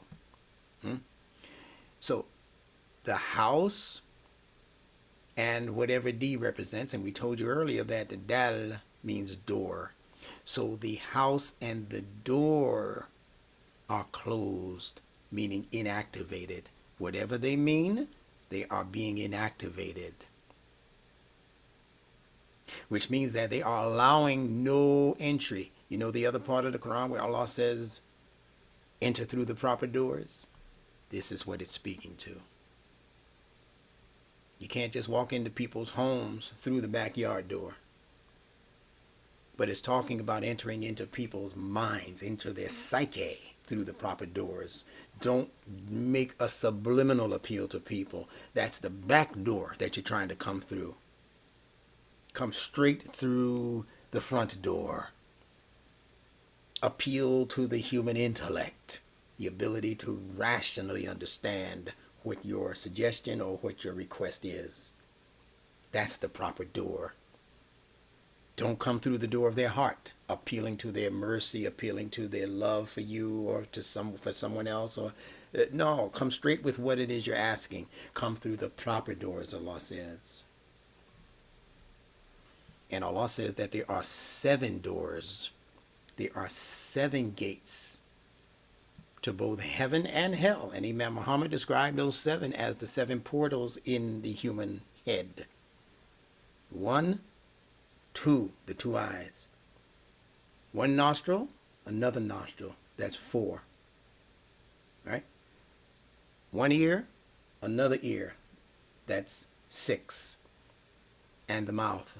That's 7. But you also have 7 gates lined up along the backside of your spine called the Chakras. That's what they're called in the Sanskrit language. In the language of Western medicine, they're called the Endocrine Openings or endocrine glands. They secrete fluids that influence the trajectory of even your spirituality, not just your biology and physicality, but they also affect how you are influenced on the spiritual level and on the intellectual level. All of these things are having an impact upon human behavior and human thinking. So if they're not being given expression, this house and this door, then it means that you're not allowed entry. Now, not being allowed entry into a house will eventually lead to the dilapidation or the ruining of that house. And you can see it very, very plainly in this picture.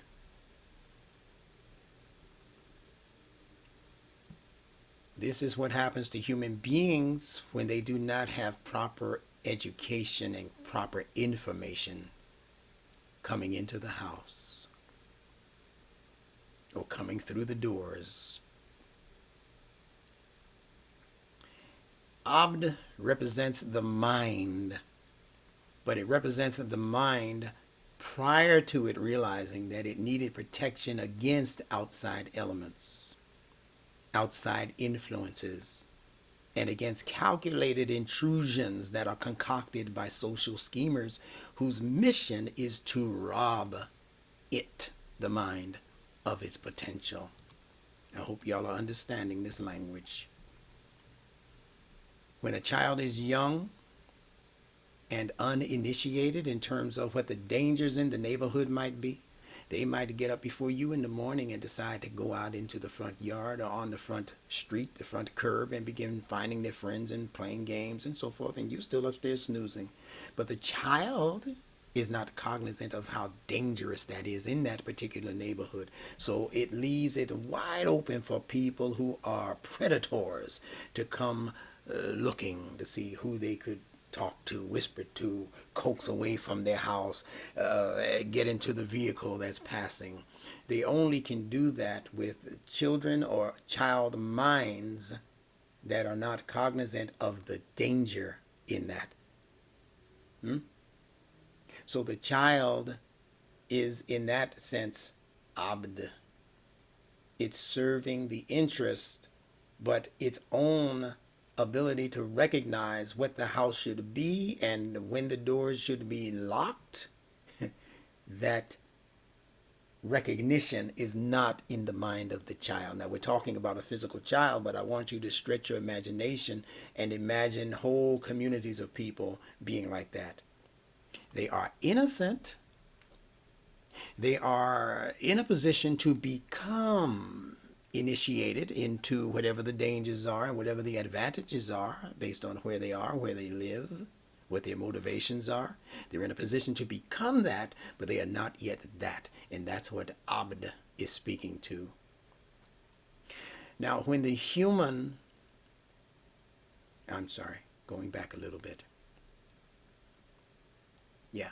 So Abd represents the mind when it is in the state of needing to recognize danger and what protection actually represents for itself.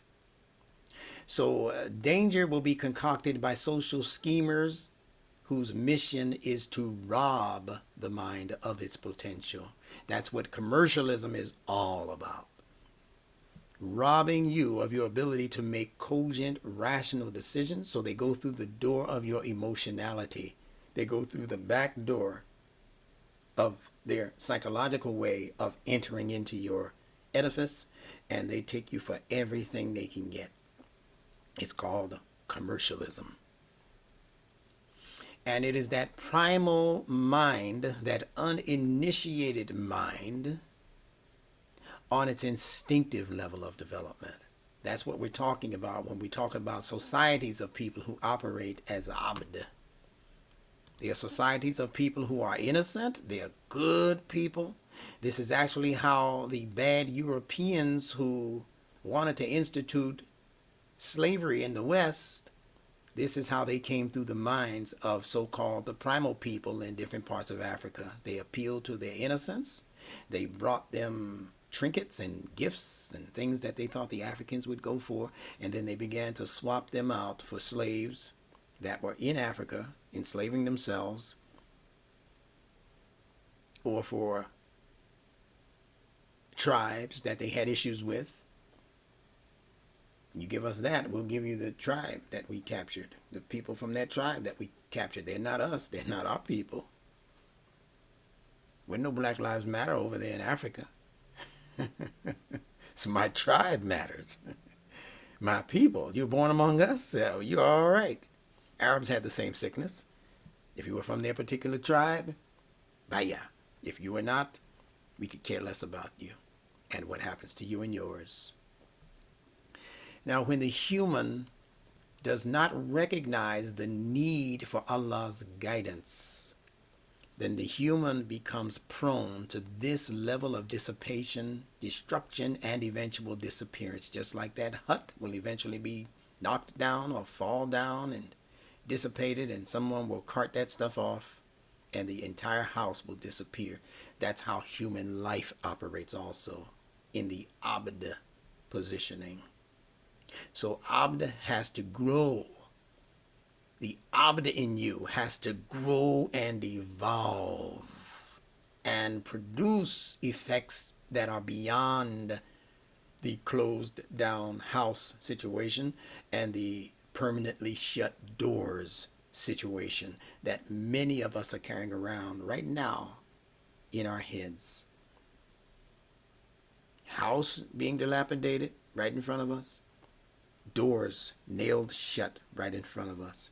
I don't want to hear anything that Imam Instructor Bilal got to say. It ain't what Imam Muhammad was saying. If he ain't saying exactly what the Imam said, he's shutting down his house and he's closing up all of his doors. So he's an abd, all right, but he's an abd that is in a position that I'm about to show you, or did show you, in that dilapidated house. It's just a matter of time before it collapses in on itself. It can't even get proper air because even the windows are boarded up.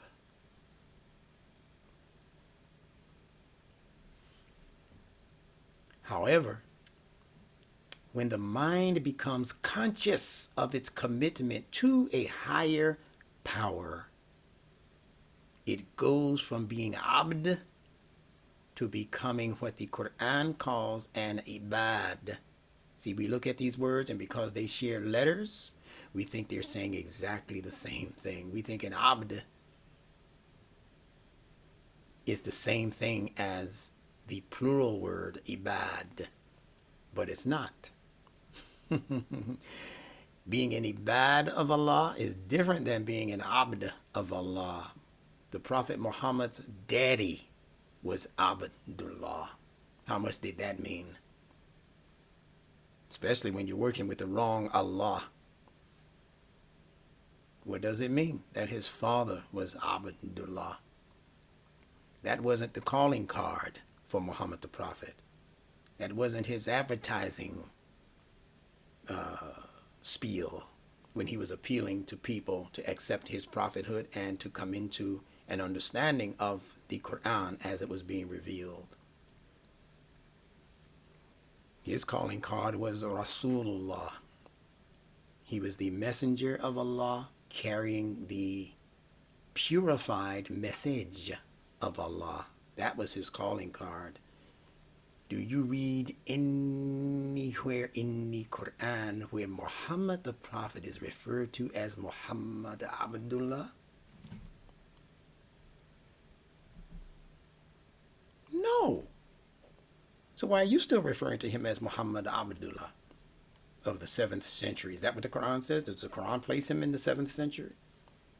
The Quran says about Muhammad that he is a rahmatul lil alameen. He is a rahmah. They translate that as mercy. We'll let them get away with that for now. To al-alameen. What did Imam Muhammad say al-alameen means? He said it means all systems of knowledge. It doesn't mean all of the planets, all of the worlds. Stop using that translation, especially you imams who know better by now. Why are you still reading the Quran and translating it as Lord of all the worlds? So when Imam Muhammad cleared that up, and I know you heard it. That's not one where I can say maybe he didn't hear that. That's on the internet right now. The Rabb of all systems of knowledge. So that makes Muhammad a mercy to all systems of knowledge. Now you have to go into the sciences that have been established in the world and call out of those sciences mercy. And then you have to show us how Muhammad is in that package, how he's in that picture. And if you have to put him in that picture to show how he is Rahmatul lil Alameen, you have to take him out of the 7th century and put him in the cosmos, don't you? Yeah, he has to become a cosmic phenomenon. He has to become a particular language construction or package if he's going to influence all systems of knowledge. The only thing that can influence systems of knowledge is language. And Muhammad, I repeat, is a language construction. So is Isa, Jesus the Christ, a language construction. Didn't the Bible say about Jesus that he is the Word? Well, what is that? Language. What does the Quran say about Isa? It says that he is kalimatan min Allah, a word from Allah. Isn't that language? Kalima? Isn't that statements, cogent statements that the brain can understand? Coming from Allah, that means that he is purified language. There's no in between. It's not from Allah to the corner store, to the drug spot, and then to the people. No, it's straight from Allah. Min Allah. Kalimatan min Allah. There's no middle person in that.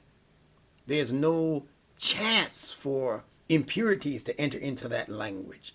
That language is what has been perfectly captured by Allah and reproduced over and over again through the pages of the Quran itself.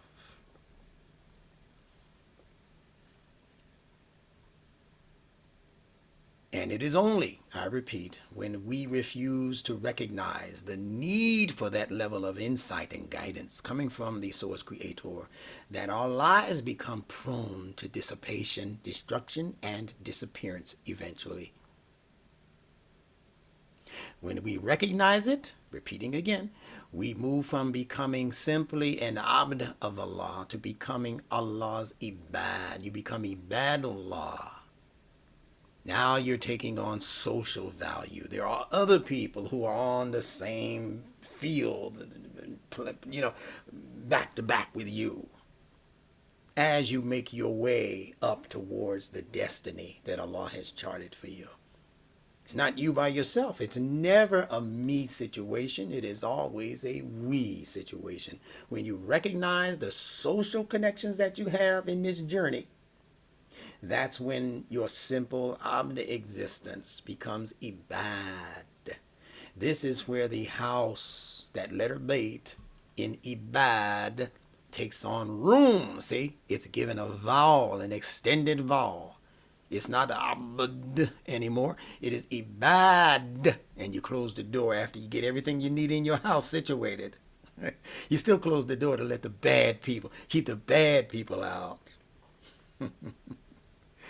So that's when that house called the bait takes on room. Isn't it wonderful when you go shopping for a new place to live and you walk in that living room, man, and you say, wow, this is even bigger than it looked in the pictures. You like a place with space, little garden out front, backyard space. The rooms are nice and spacious. The human being is retrofitted for that kind of appreciation for space. We are all from Jannah, where there was nothing but space. And we look to return to Jannah, where again, there will be nothing but space. What did Imam Muhammad talk about before he left here? He spoke about how did he phrase that? Sacred freedom space, I believe, was the phrase. Freedom. Assalamu alaikum. Shared freedom space. Yes, thank you. I just wanted to correct That's that. right. Shared freedom space, which should also be sacred. Yeah, but that's exactly the correct quote. Thank you for that, Amina. I believe that was Amina. All right. So we're looking for our houses, meaning our life. That's what we mean by our house, our life that is containing us like a house contains its members. We're looking for that house to become expansive. We're looking to share that freedom space. And we're looking to make this house fit for habitation. Abd is when the insight, and I'm giving you small letters and big letters on purpose because I want to highlight the ones that I have capitalized. Abd is when the insight, that's what the letter Ain is referring to, Ein means eye, the straining of the eye for enlightenment, particularly.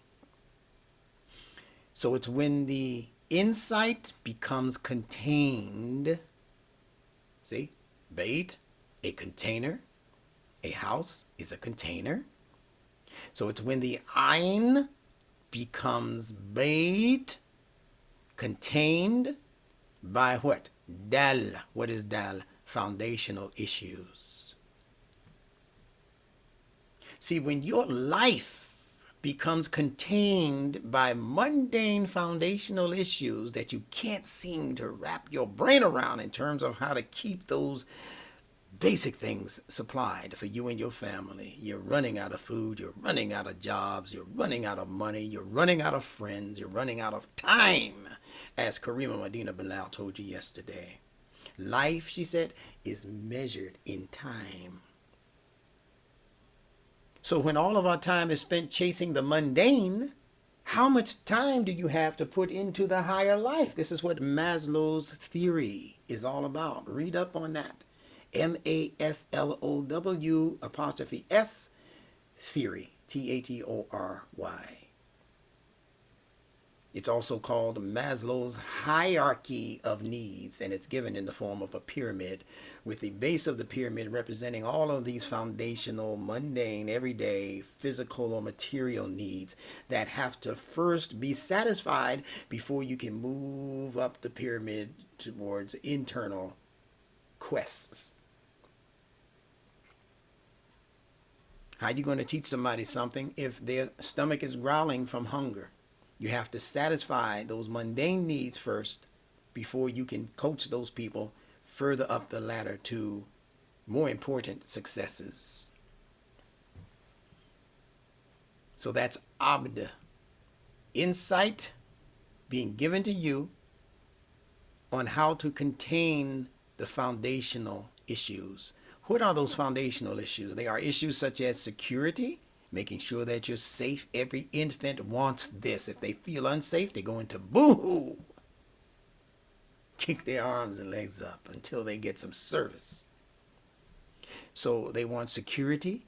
Isn't that what the Nation of Islam under the Honorable Elijah Muhammad was teaching? Food, clothing, shelter, friendship in all walks of life. Those are baby needs. Humans don't need friendship in all walks of life because Satan is a walk of life also. Imam Muhammad said, I don't want friendship in all walks of life. He said, I want friendship with the righteous. You see the difference between a grown-up mind and one that was addressing baby concerns? Now you might say, well, stop talking about Elijah Muhammad. I asked my leader. I get that, but I'm telling you what your leader said. He said you are a baby nation. So that means all of the concerns that he introduced to you are going to be wrapped around that baby concept. And the baby concept is wrapped around the need for security, for being fed food, for being warm and comfortable in terms of the clothing, and being sheltered against the weather and other things that might creep in on the baby if they're not sheltered. So that's not a put down of the Honorable Elijah Muhammad. That's a recognition of where he said he had us. And of course, he didn't want us to remain babies. That's where we are right now. We're actually teenagers in the language. And Nunetics is giving us an opportunity to grow up simultaneously with each other in the language. It's not going to be just one person. It's not going to be no baby Huey situation in the classroom. It's going to be where all of us are studying the same materials, asking the same intelligent questions, and making the same progress upwards toward the destiny, towards the destiny. So ibad is when service to humanity becomes broadened based on the quality of insight, ayn, that you have gained through initiation into the fitrah. You have to be studying Allah's fitrah. That is your true deen. It has nothing to do with schools of thought. It has to do with a level of thinking that constantly allows you to return your time and attention to what Allah has created in nature. Not in the way you've been nurtured, but in the way that Allah has presented nature to your 5 basic senses.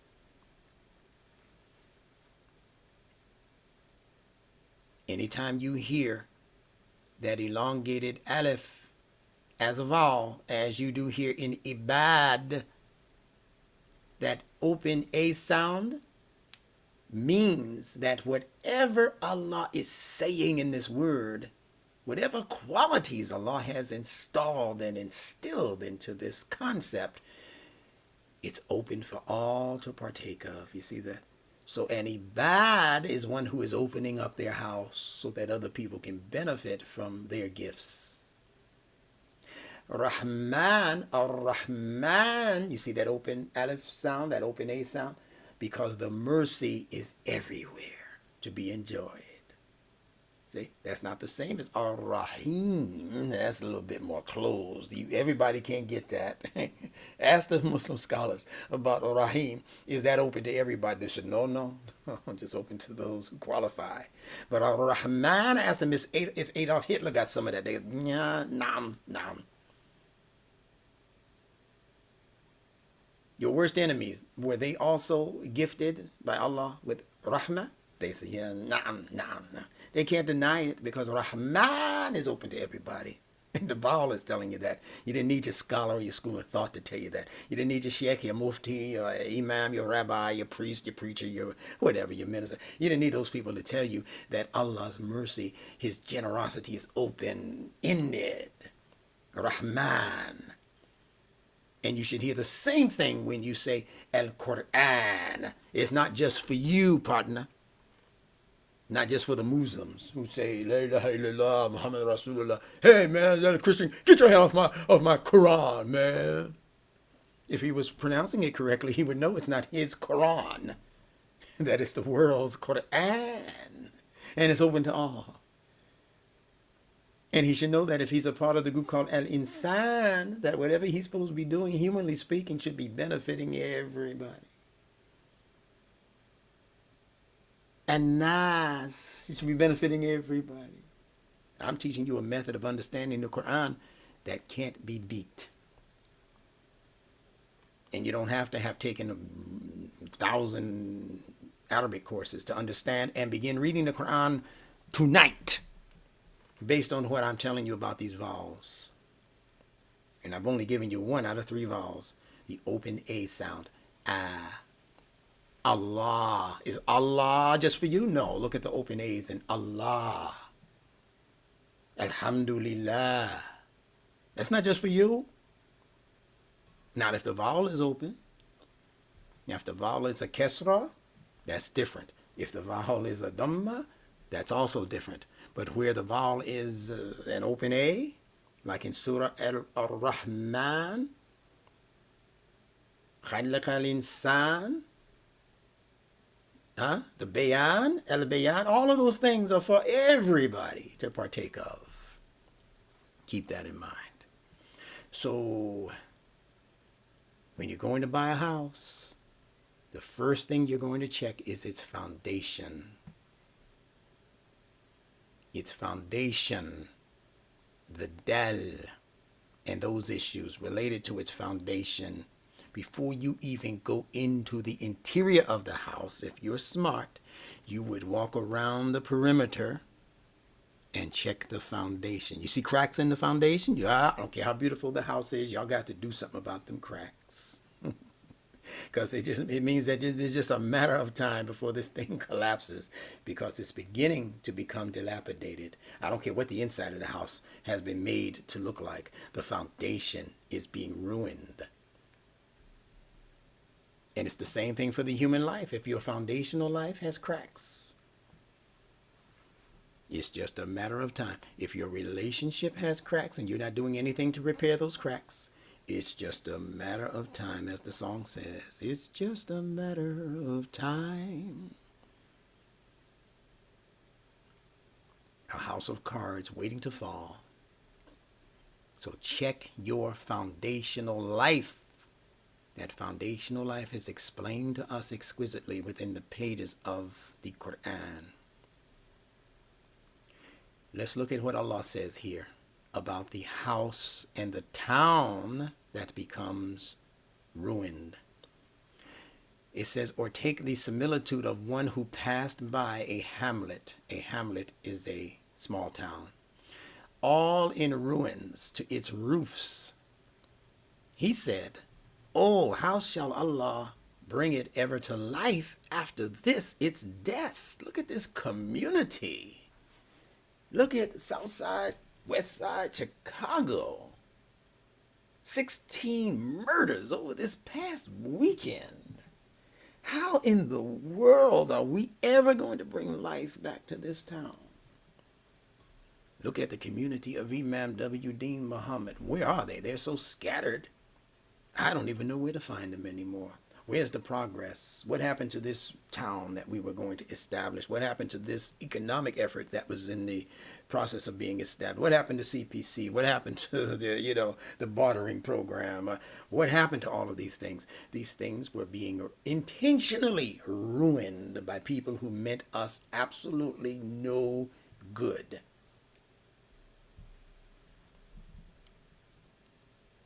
So people pass by and they say, wow, what happened to Mr. Muhammad's association? What happened to his community?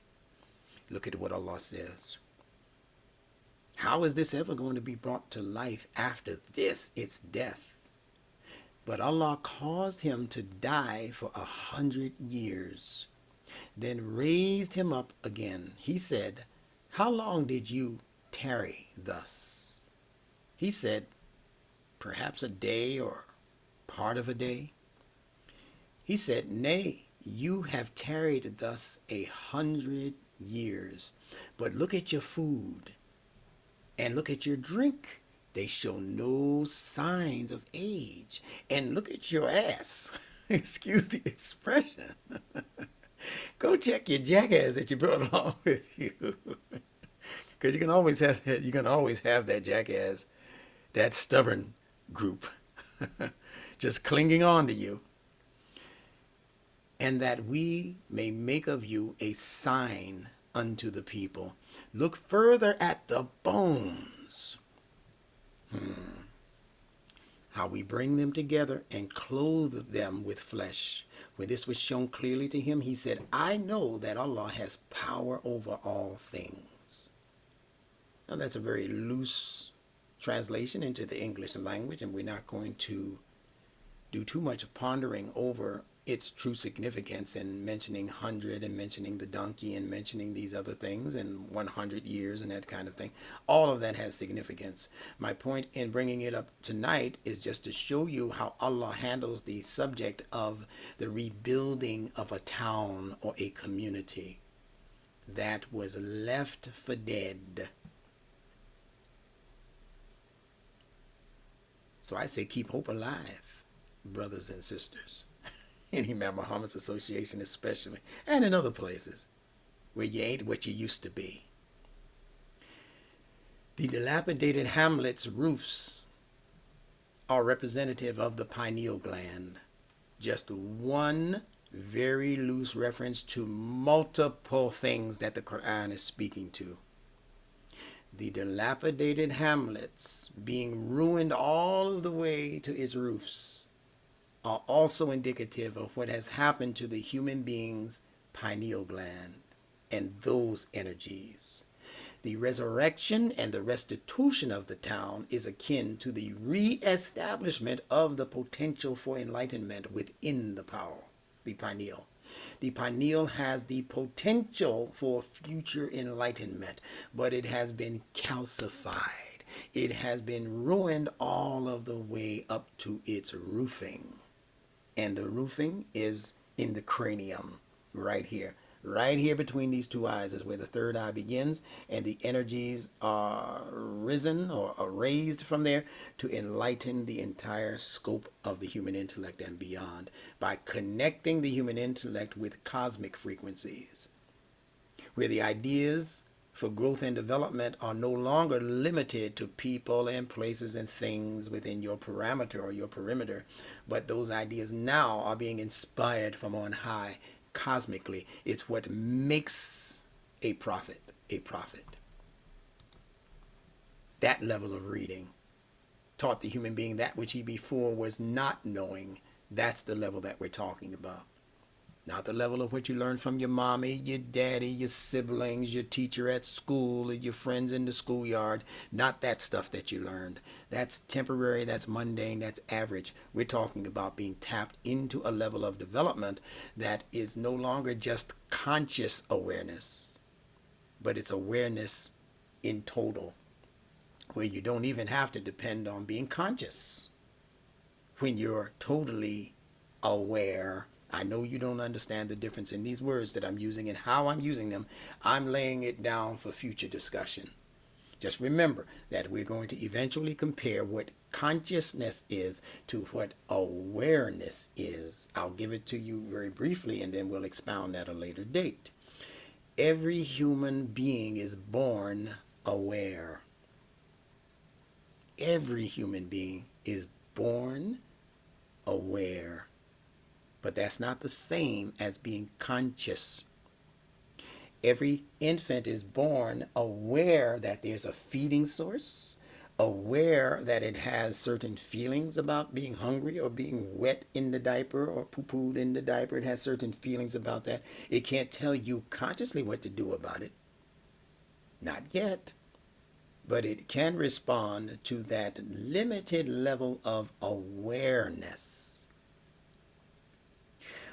As the child begins to grow and further information begins to become digested by its 5 basic senses, then what was purely awareness in its initial stages of birth and growth and development becomes the ability to differentiate between this and that and to begin to consciously make choices. See? I want my mother and I don't want my father to feed me. When the baby is first born, that baby cares not who's holding the bottle or providing the nipple. It can be a wet nurse, doesn't even have to be its actual mother. As long as she's got a titty to suck on and some milk to come out of that sack, that baby's fine. But as the baby grows older and recognizes, hey, this is mommy and this is auntie, you know, mommy's breast, because along with mommy's breast comes comfort and warmth, and I can sleep and not be worried about who this is holding me. You ever see a baby kick and fuss when somebody else is just holding them? And then when they hand that baby over to the mothers, that baby just chills out like, okay, we good now. Because the baby is becoming conscious. The word conscious means with choice. Con means with, chis means choice or choosing. But you can't choose until you have differentiation operating in the intellect that's able to make distinctions. This over that. Good over bad. Comfort over discomfort. Hunger over satiation. When the intellect is able to make those differentiations, then that means that a conscious mind is now growing inside of your child. Isn't that beautiful? These are books that you and I are going to become so proficient at writing and publishing. And it's going to serve the greater interest of human beings all of the way across this planet. Trust me when I tell you that. This enlightenment occurs as a result of as-salat, which is the theme for these 10 sessions. This enlightenment of the pineal and its connection to cosmic knowledge, resources, downloading, called wahi in the Quran, which Allah also says He gave to the bee. B-E-E. He doesn't just give wahi to prophets. He gave it to the mother of Isa, Maryam.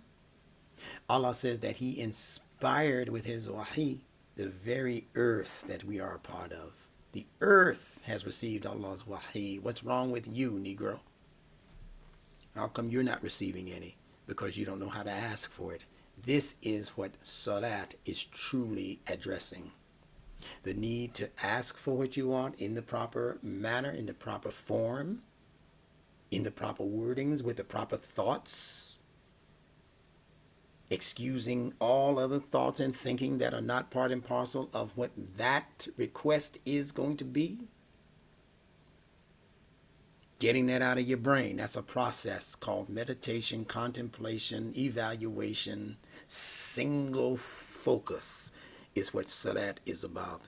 That's why you prepare with that particular movement called sajda, because sajda is flooding the pineal gland with new blood and new oxygen. So that when you come up and you do what is called a dhikr, and we'll explain exactly what that is, especially in the next class, the upcoming class. When you understand what the dhikr is, you're supposed to do it after having been in a position to refresh, push the refresh button on the pineal gland's biological existence by allowing new blood to saturate. Sometimes if you get up too fast, you'll get dizzy, right? Because something is happening in the brain that sajda is referring to. And remember now, Allah told the angels to make sajda in the direction of Adam. So imagine the reinforcement that Adam is supposed to receive. And if I am and you are and we are Banu Adam, the children of Adam, we're supposed to be receiving that same enforcement. There's no cutoff of that inheritance in the Quran. The only reason we're not receiving it is because we don't know how to ask for it. We don't know the things to do. We've been given nothing but a bunch of rituals. And they've been calling it religion. And they've been calling deen religion, when deen and religion are as far from each other as night and day. You can be realigned with anything. But you shouldn't be having as your foundation just anything. I can be realigned after having served, say, 7 years in prison. I can come out back into the community and go into a recidivism type thing because I realigned myself with my old badass company. That's religion. Whatever you do to realign, that's what the word religion means, to reconnect ligaments. And you come back out and you realign yourself with the same energies and the same attitudes that you left out here, and you end up back in the pokey for another bid. Temporary stay, we hope. But deen means down. Deen means that which is dawning in you. See, dawn, down, deen, all of those consonantally connected words are related. So you are very careful about the thing that you have underneath your feet that is supposed to be supporting your weight and your travel. You're careful about every step that you take on the ground. But you're not as careful about the things that you continue to allow yourself to become realigned with. Attitudes, cussing and fussing, treating your mother bad, treating other people's mother and father with disrespect after they've allowed you to stay up under their roof. Now you want to get all snooty and highfalutin and tell them what you ain't gonna do and what you is gonna do and how you ain't gonna clean, how you ain't gonna cook and you ain't gonna buy from the... Wait a minute, you've been staying with these people for 7 years with no rent being paid, and you're gonna get snooty like that? But you realigned yourself with that because you learned that from your childhood, from your bad parentage, or whatever it is you learned that from. So you can't just continue to realign yourself. That's religion. Jews in history, they went into the ancient archives of ancient people who came before them, and they began to borrow concepts from those ancient places. When the Christians came along, they did the same thing.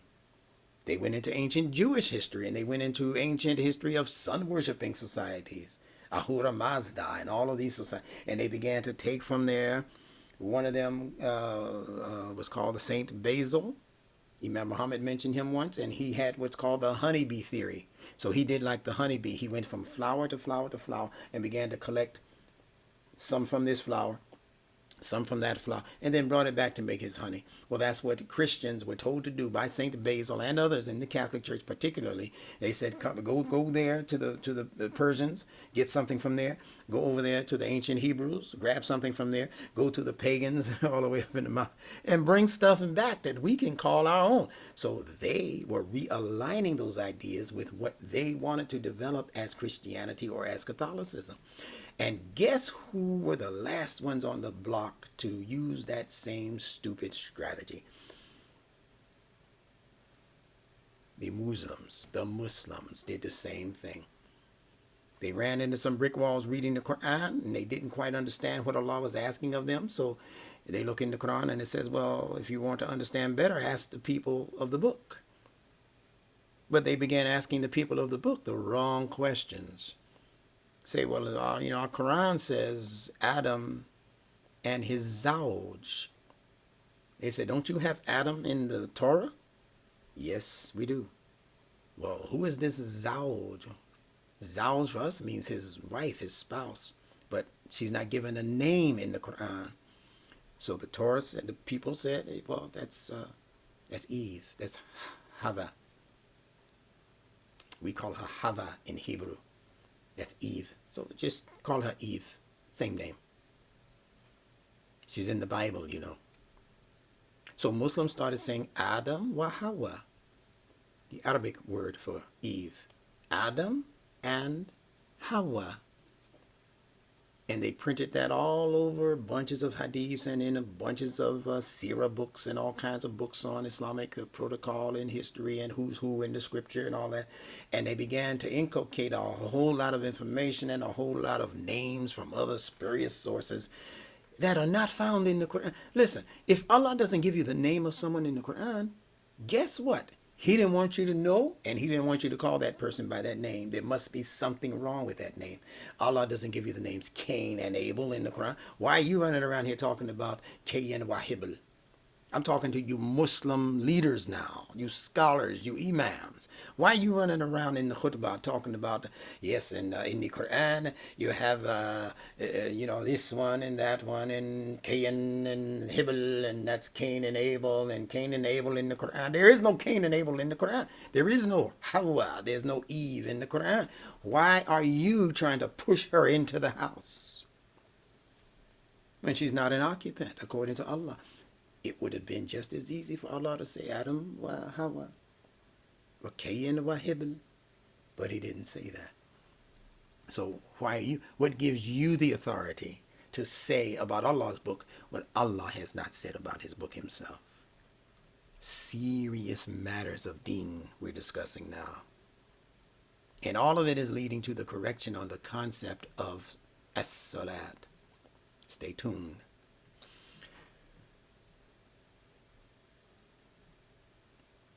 The power which exudes from the person or the group who continuously performs the salat correctly will be the protection that the person or the community needs against any enemy. What am I saying? I'm saying what Allah said in the Quran.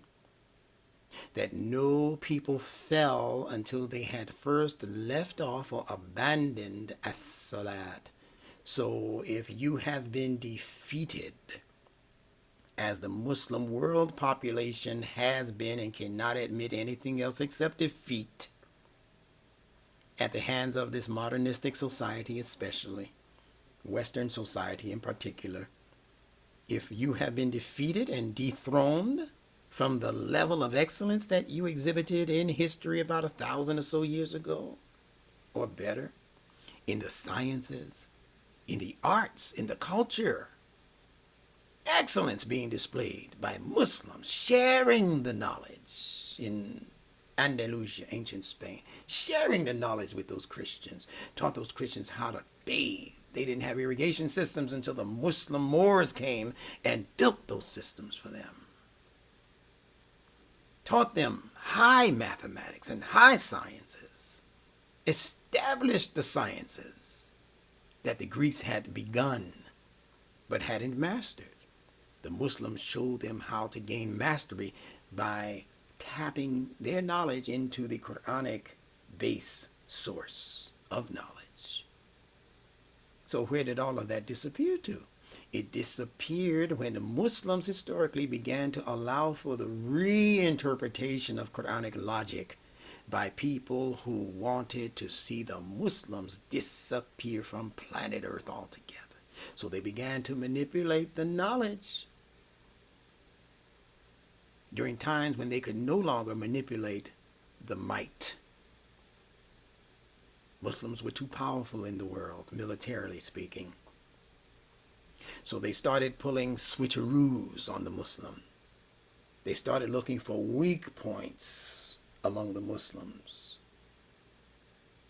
They said, oh, you Muslims, I see you're going to fight the Catholics, the Roman Catholics.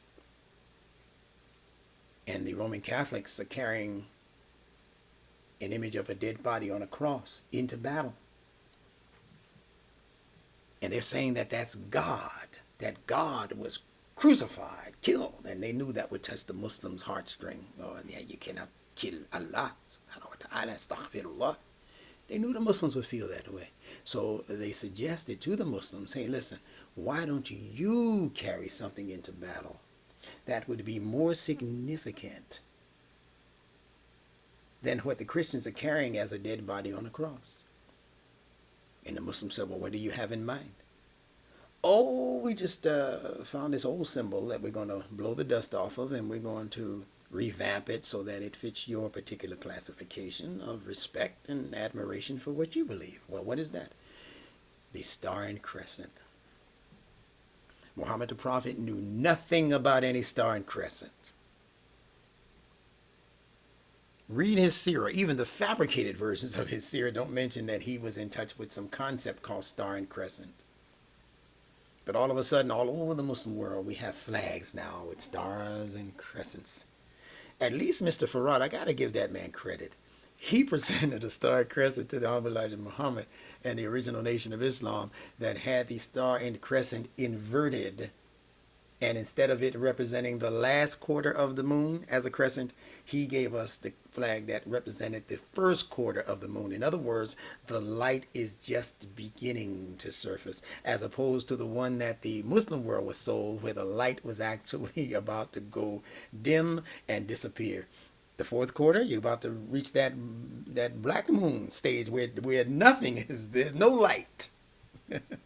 Yeah, we're in the world right now where the Muslim world has no light and is waiting for the reappearance of the new moon. Yeah, now you Nation of Islam, is if you have the new moon as your flag, this might be your shot. But you can't establish it on the back of shirk. You got to come over to this side of the fence and hear what it is we have to say about the purification of this Quranic language. Then you can go forward and you can explain what was previously unexplained to you. And you can put down that star and crescent altogether and pick up the flag that Imam Muhammad introduced that had the Quran with its open wings spread across the flag. What's wrong with that?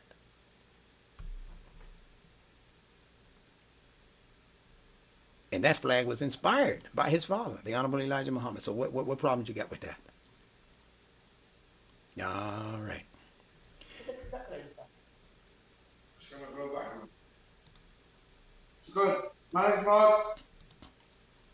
So that power that we're referring to as as-salat, it is to exude from the individual person and also from the group performance. And that's why salat can be made as an individual or as a group. We'll explain the dynamics of that in the next class. And it should do that for those who continuously perform the salat correctly. That salat has a power cord attached that is supposed to be your protection as an individual and as a collective. You cannot be defeated performing salat as it is outlined for you in detail, as Allah says in the Quran. It is not left out any details. You don't need the hadith. You don't need my commentary. You don't need any of that. Everything Allah wanted you to know about that subject is already meticulously lined up for you and ready for your exploration. It's already in the Quran, in direct language. That goes straight to the aql. Ya aqilun, Allah says. It is written in Arabic. It is delivered in Arabia for purposes of strengthening yaqilun, your intellect's ability to decipher it. No middleman, just you and the Mus'haf, the book of Allah. And you ask questions intelligently about things that are contained within Al-Kitab. Not all this extraneous stuff. Who is Adam's wife and what is her name and that kind of stuff. You busy yourself with that, you're going to be defeated and you're going to be eliminated. You and your soul will be eliminated from planet Earth in a very short period of time. That's why I'm teaching as fiercely and as fast as I can to get this information out. Because I know what it represents. Imam Muhammad said you're living in the day and time of the great elimination of the human soul. Well, if your soul is gone, you certainly won't register this information. This is your best help, and it's probably the last chance for you to receive help on this level of information. Let's continue. We'll go over those steps, step by step, in next Sunday's class.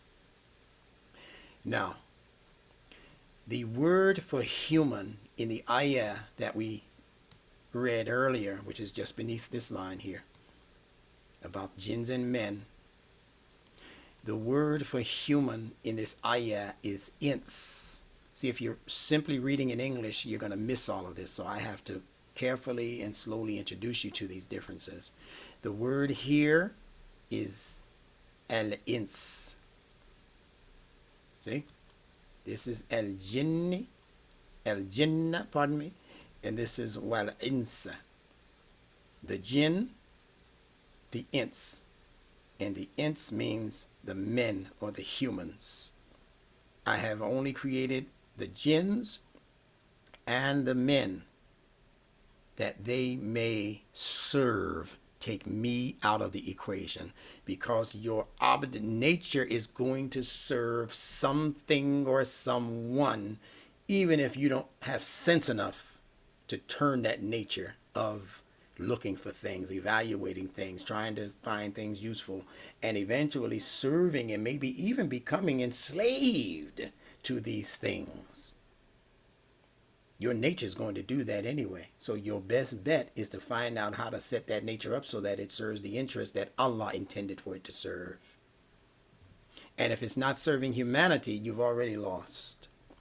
If that nature is not serving the interest of your family, your friends, your neighbors, your community, your business life, your political ambitions, if it is not serving that in a way that's causing those institutions to become firmly grounded and useful in society, then you can never be ibad. You can be bad, but you can never be an ibad.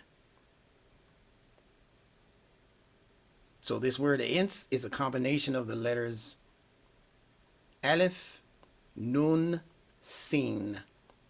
Aleph is where the I is with the Kesra. Nun is where the N is. Sin is where the S is. These are three Arabic letters in case you're not familiar with them. Now, there are three words in the Quran for mankind. There are other words for human. But when we're talking about the collective body of human beings existing as social units on this planet, we're talking about three essential words. And they carry the same two proto-root letters. Those letters are Nun and Sin. They're called the proto-root because they were established before the trilateral root word, I-N-S, or Aleph Nun Sin. Before it was Aleph Nun Sin, where the Aleph was added as a third radical, it originally existed in the language as Nun and Sin.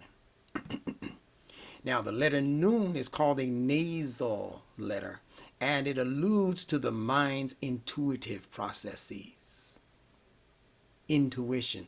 Every human being, every human baby is born into this world with an activated intuition, meaning that it suspects things. It doesn't know it for sure. It suspects things. You know how we say something smells fishy in here, something smells rotten in Denmark? You don't know it for sure, but your intuition has been picking up signals. Beep, beep, beep, beep, beep, beep, beep, beep, beep. Something's wrong here. That's what we're talking about. I don't think there's a good reason why. I made a brand built by. Okay. You know, I never understood people listening to this call and having a bunch of noise in their background. Maybe that's just the way they learn. I don't know. I've never been able to figure that out.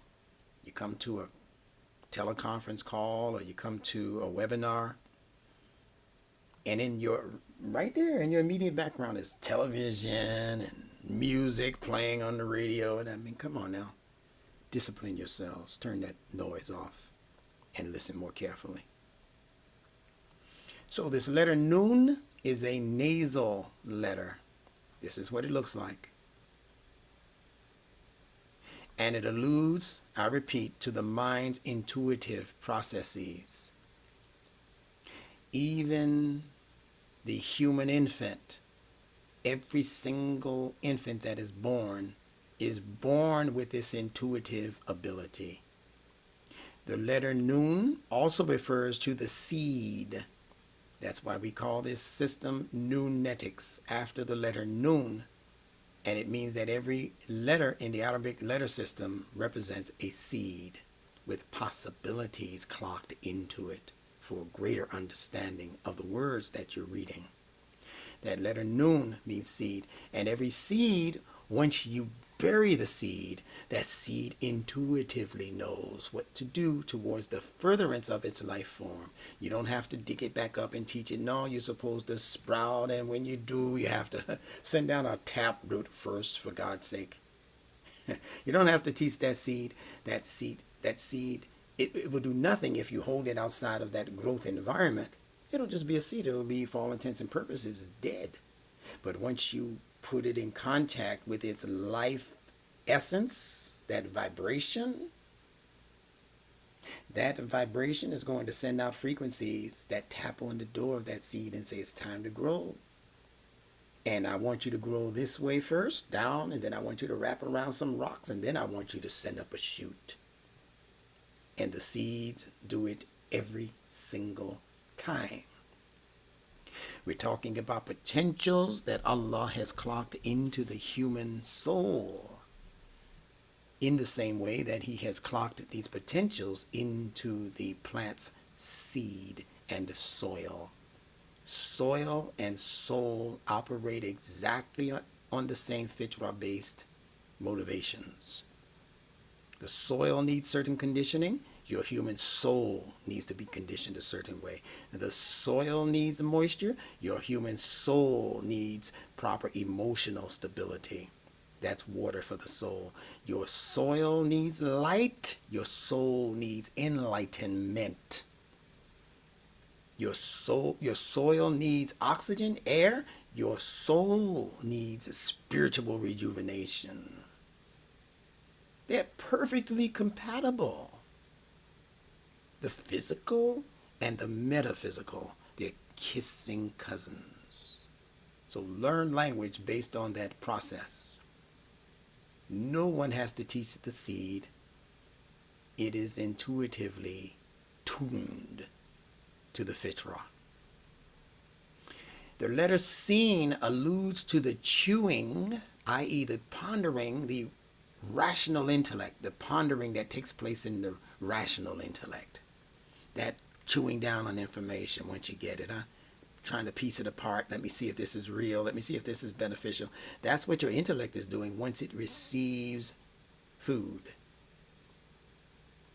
Before it receives the food, open wide. You remember your mother used to tell you that when you were a baby? Open wide. That's Fatha.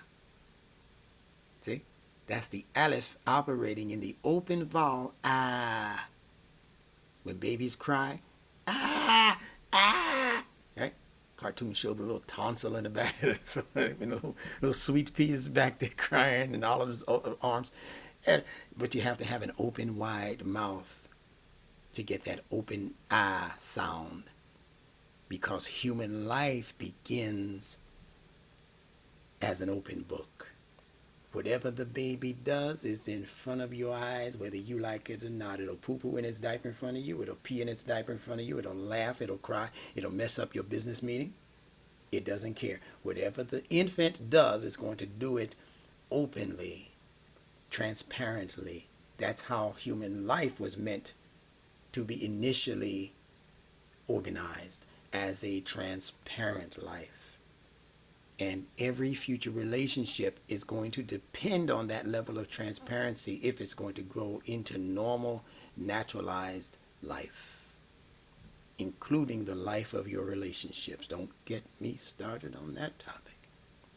Go into the relationship with all kinds of secrets. A sister went into a relationship with a brother and didn't realize he had another wife and didn't tell her.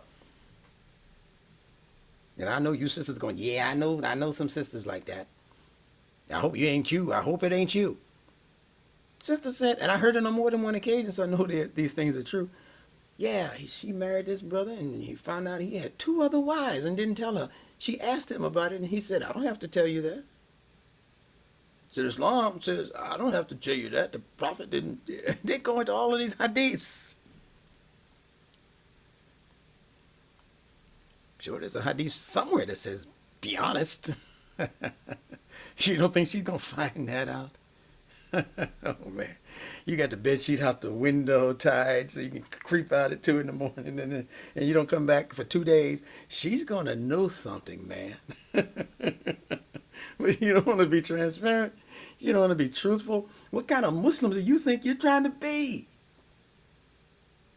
Amazing what this religion has become because of all of this falsified information that's been fed into it. So the letter Sin, that's this letter here in black, it alludes to the chewing. And when you chew, it's the equivalent, mentally speaking, of pondering in the rational intellect. I like to look at this letter and envision the top 2 front teeth as this part of the letter. That doesn't mean that that's what it is. That's what they intended. I have no idea what the people who invented this meant, but I see it this way, and I think it helps you to see it that way also. Now, the part of the human brain which processes rational thoughts when pondering the environment, that part of the human brain is called the frontal lobes. They exist on both sides of the head, and they exist in pairs. You have 4 lobes, but you have 2 up front on the sides of the cerebral cortex, if you need the technical language. Let's look at this. Frontal lobe, function, location, and structure. The frontal lobe is the home of much of what makes us human. It plays a role in everything from movement to intelligence, helps us anticipate the consequences of our actions, and aids in the planning of future actions. This part of the brain is the newest from an evolutionary perspective and is the last to develop, making the frontal lobe both highly malleable and susceptible to developmental damage. Where is the frontal lobe located? Neuroscientists have traditionally divided the brain's cerebrum into 4 lobes: the frontal lobe, parietal lobe, occipital lobe, and temporal lobe. And just as a footnote, when you read in the Quran from the mouth of Iblis that he's going to come at the human being from before him, from behind him, from his right and from his left, this is one of the meanings of that particular ayah. If you want to bring it on up to modern science, Iblis is going to attack you in your frontal lobes, the 4 basic areas of your frontal lobe.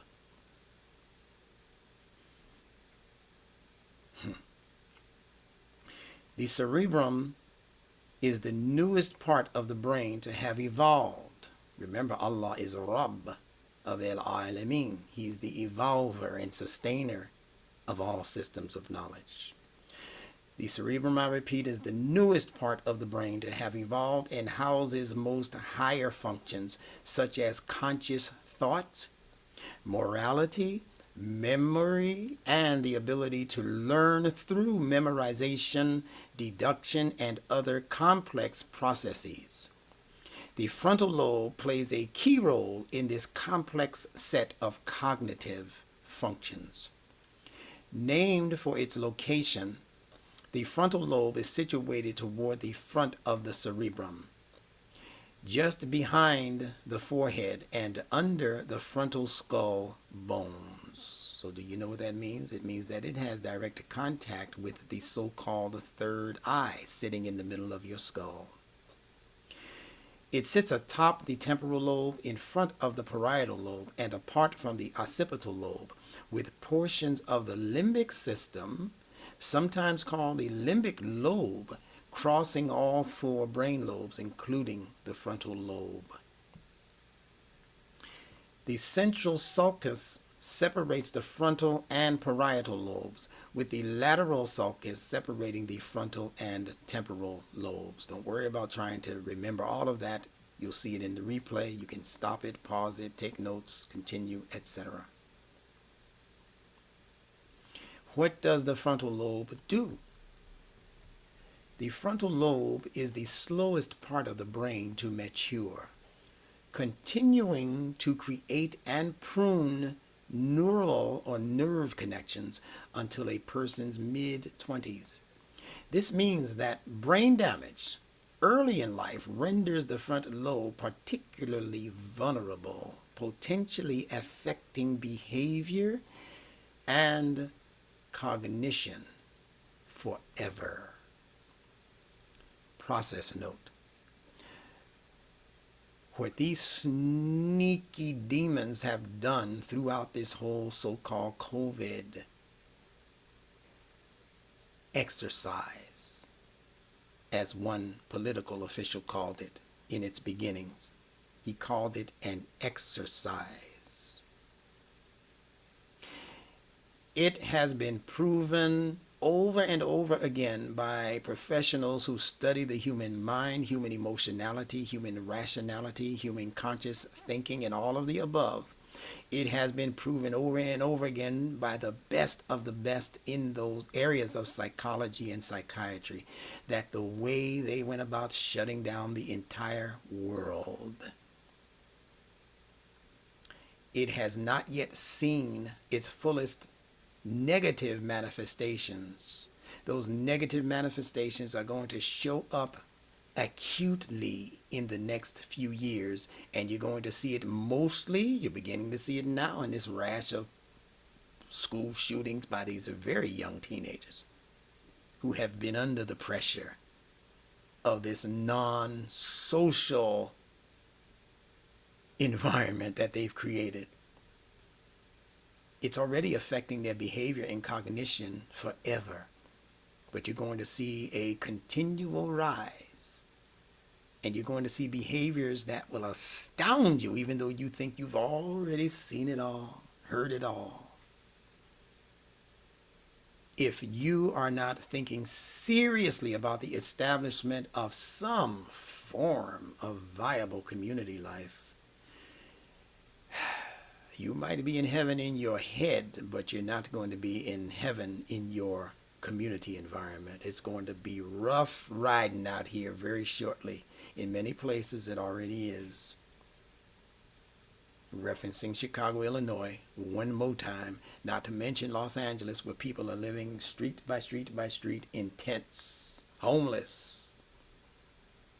New York City subways, I just came back from there. You saw the man sit next to the woman, the Latino woman, and pull her by her hair and not let her get up, and she's crying, help, help, help, help. And a bunch of men in that car on that subway and would not move, including the man who was taking the video with his camera. What kind of foolishness is this? What kind of level of human depravity have we fallen to? And this, my friends, is just the beginning. They intentionally condition this world for that level of non-responsive activity or inactivity to human pleas and cries. It's intentional is what I'm telling you. And it's not because the government or any other mint is trying to save your life. In many cases, they're trying to get rid of us. Because some smart somebody has figured out a long time ago that in their minds there are too many humans on the planet. Let me reorganize that for you so that your brain can understand it. There are too many niggers on earth for some people to be satisfied with. And I don't mean African Americans per se, quote unquote. I'm talking about dark-skinned people all the way from Africa to India to the South Pacific. Too many. We're getting nervous now. They're just reproducing like rabbits, and we are not. Our birth rate is zzz, and theirs is woo, and we can't have that anymore because we don't need this many workers on earth. So let's just whittle it down until it's manageable to take care of our wealthy billionaire and trillionaire statuses, and that includes the Saudis who are trillionaires. They're involved in this scheme also. In fact, some of them are at the front of the table for planning the gradual elimination of the human population before your eyes. On this side of the fence, there's Bill Gates and his depopulation plan. Kissinger, who began it in 1978 with the papers that were kept secret until the Freedom of Information Act forced them to reveal that scheme for the depopulation of planet Earth by 2/3. We're at 7 billion now. Add up 2/3 of 7 billion and you'll see what the real plan is. And then study organizations like the World Economic Forum that had a very planned out meeting on the same day that Will Smith supposedly punched Chris Rock or slapped Chris Rock in the face. Right around the same time. One is a diversion and a distraction. The other one is what they don't want you to know about how they are planning your human demise. And they can only do it with your passive participation. They can only do it because you're not protesting, not even in your own soul. And if you're not protesting even in your own individual soul, it means that you have become soulless. Hence, Imam Muhammad's proclamation that we are on the precipice of the great elimination of the human soul. You imams under Imam Muhammad, are you teaching on? I'm not going to say you're not. If you are, will you please put it up on somebody's tube so we can see this, so we can hear you, so we can assist you, so that we can rah-rah you all the way to the end line? But I haven't heard it yet from any of our imams. And that was a very important proclamation that the Imam mentioned on 2 different public occasions, that we are coming into the great elimination of the human soul. And he said it would not be so much the elimination of your body. He said they need that for commerce. He said it will be the elimination of your soul. Now, how many Imams have said, let me find out what he means by the human soul? I'm the only one who I know of who's done that kind of investigation, have passed that information on to the Nunetics learners, and now they are bringing back the goodies on what the human soul is.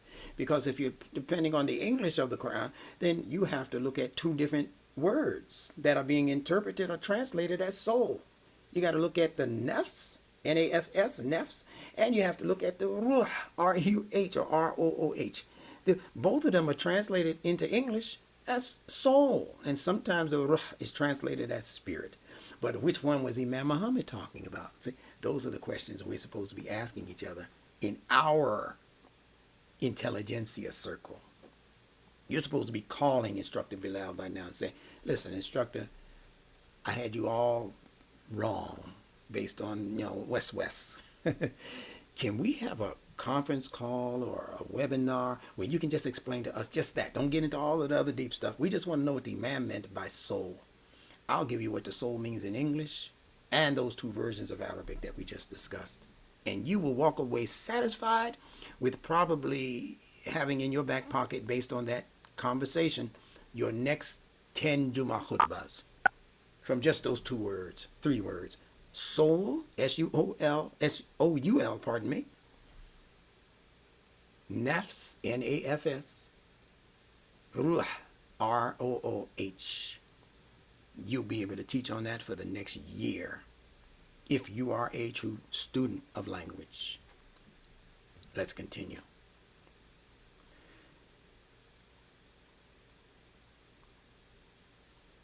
So the frontal lobe is involved in a wide range of higher cognitive functions. Although all mammals have a frontal lobe, highly social mammals, such as dolphins and primates, tend to have more developed frontal lobes. I gotta stop here. I'm sorry. Listen. If the higher mammals that are more social mammals have accelerated frontal lobes because they are social mammals, what in the hell do you think happens when they discourage you from being social, such as social distancing? You don't think these smart-ass people know what they're doing?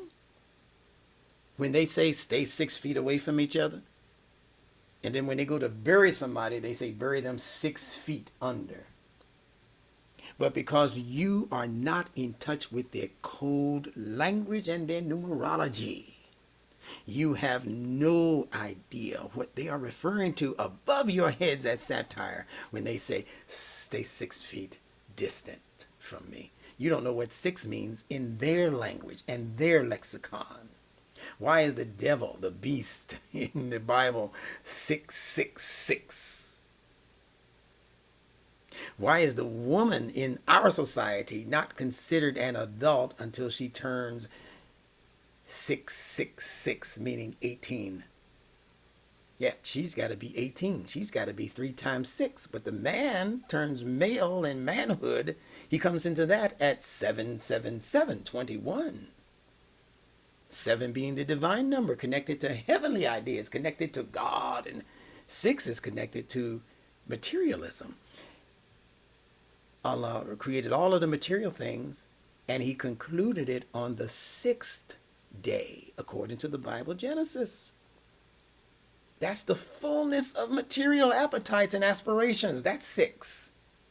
7 is when you rise above that to manifest on the spiritual level, where you begin to communicate directly with the source creator. So on the 7th day, they say God rested. That's where he rested, on the 7th day. And that's where he rests in this graduation that we're calling the SALAAT.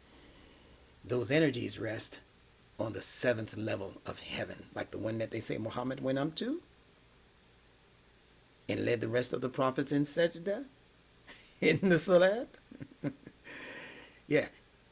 Ibrahim, the 7th, and Muhammad stood in front of the line as the 8th. What is 8? That's your DNA, partner. Because this movement, this energy surge happens when you know what to do as mantras, what to do as dhikr, what to do as physical movements that are responsible for charging the electromagnetic properties within your blood and within your flesh, to be able to help your mind and your spirit accelerate beyond the blood and the flesh.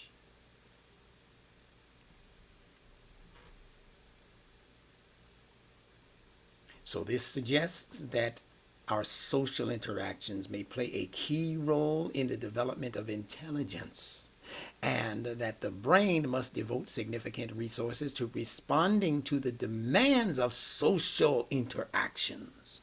Humans have larger and more developed frontal lobes than any other animal, and they're telling you here that the reason for it is because of social interaction among those creatures. So I repeat, the removal of that social intercourse is also the diminishing of social skills and the development of the proper human intellect, the ability to choose. Intellect means internal election, the ability to choose inside what's good for you, what's bad for you, what's right for you, what's wrong for you, what's progress for you, what is the dissipation of life for you. You're so scrambled now because you're so busy not trusting anybody anymore that your brain can't make proper decisions like that anymore. You don't even, they taught you to distrust your own mother. I can't see you, mommy, because I'm going to catch the COVID. I'm going to catch COVID.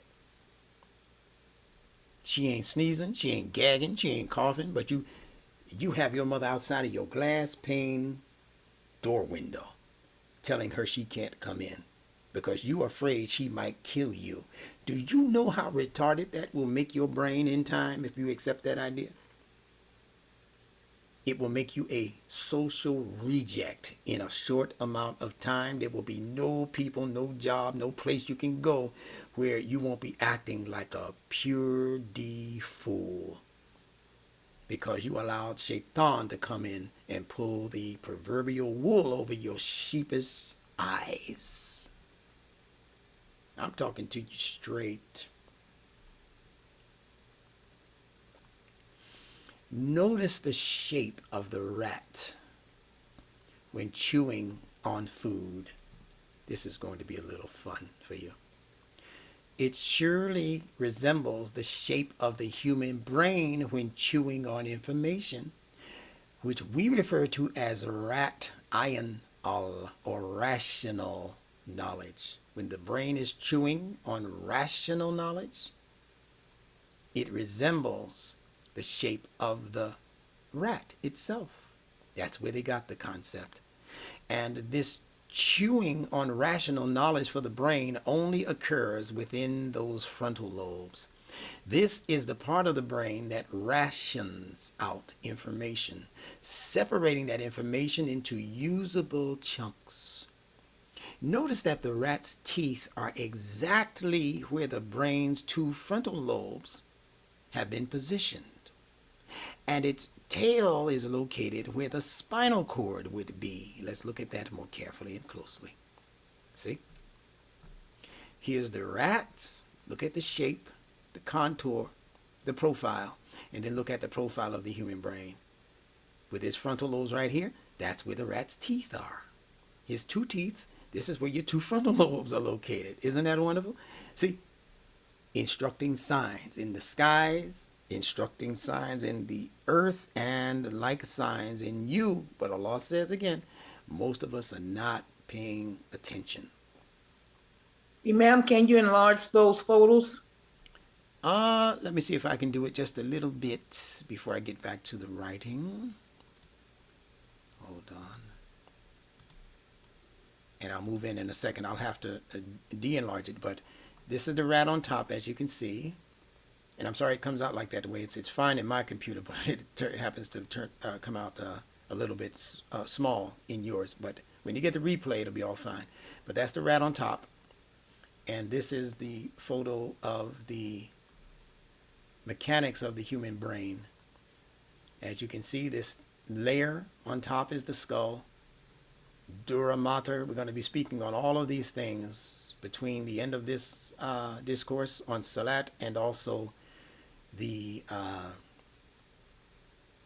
speaking on the subject of astrology, because all of those subjects are tied into the human brain. If I tilt this brain forward a little bit as though you're making ruku, this brain would resemble a person's body in sajda, with this being the front of the head touching the ground, this being the legs tucked underneath, etc., this being the apex of the back, and so forth. Allah put these instructing signs in the human form and in other forms. And when you get this, you'll be able to slow it down and take notes so that you know what each part of this brain is actually responsible for. It's a beautiful study. Yes. Yeah.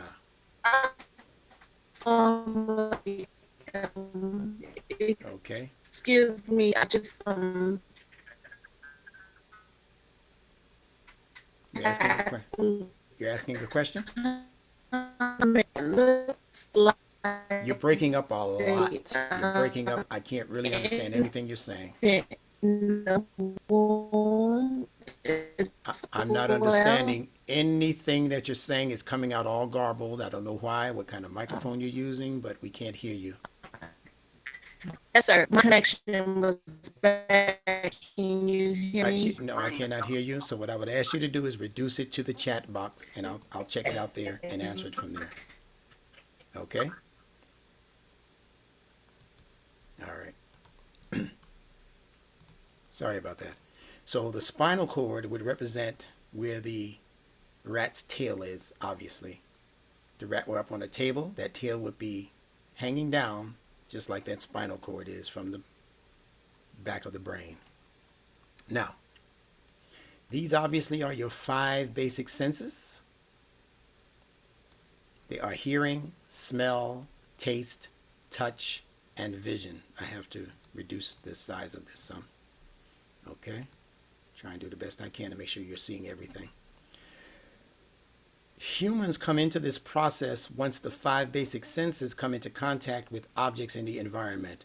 So what process are we talking about? The process of the brains being able to chew on rational knowledge, rational information that is rationed out in the brain so that you can understand the usage of the information.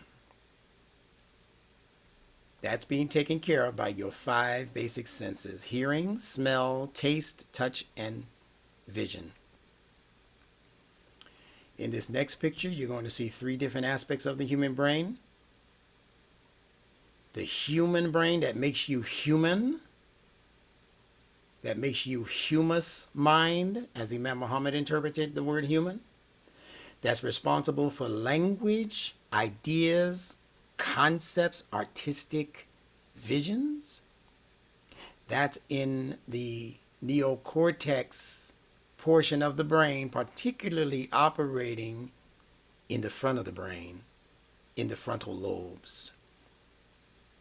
When you get into this centerpiece attraction within the brain, it's called the mammalian brain, the mammal brain, and it governs over feelings, emotions, and also memory. Your memory bank is locked into this central portion of your human brain. This neocortex brain that covers the top, it has nothing to do with emotions. It will connive you out of your last dime if you let it. It will lie to you. It will tell you stories about stories. So if a person is coming purely from the neocortex brain, all they are trained to do is make decisions. Listen to this carefully. The neocortex is designed by the source creator to make choices. This is where your con-choice mind is, your conscious mind is. It's in the neocortex. But the neocortex is supposed to be connected to the middle brain, the mammal brain. Because when the neocortex says, I need money, and I really don't care at this point about how I get it. I might have to rob, beg, plunder, whatever. But then the feeling brain, the emotion brain says, you can't do it like that. Don't you remember the last time you were down and out? Remember the last time somebody hit you in the head to take $2 from you? You don't remember that? So the brain begins to have this discourse with itself. And the neocortex is the masculine entity, the brain. Whereas the mammalian brain is the feminine. You see, mammal, that's from mammary. See, that's from the woman's breast. It's called mammary glands. That's feminine. So the neocortex is masculine, and it is supposed to be protecting the integrity of its wife, called the mammalian brain, the feminine aspect, the feminine principled brain. So look at what happens. When the neocortex divorces itself from its own feelings and emotions, then that rational activity taking place in the neocortex brain becomes what Imam Muhammad called a devil. Imam Muhammad said the operation of rational thinking minus any connection to moral or emotional consequences, that level of thinking, he said, represents the devil. Purely evil, by hook or by crook. Amazing. And then this lower back part of the brain is called the reptilian brain, and it's connected to the brain stem that runs down your spine. See? Those kundalini energies we spoke about, they, as energies,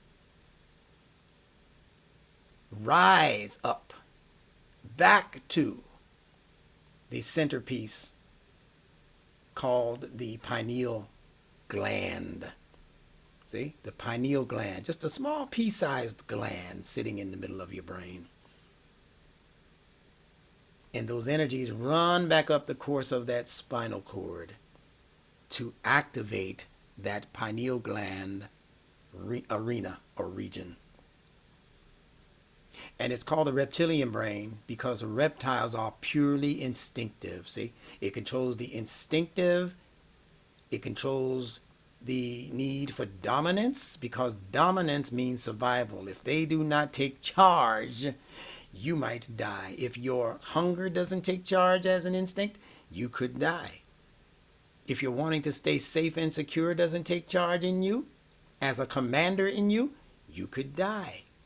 So every single place in the Quran, my friends, which mentions any derivation of the letters Alif, Mim, Ra, which give us the word Amir,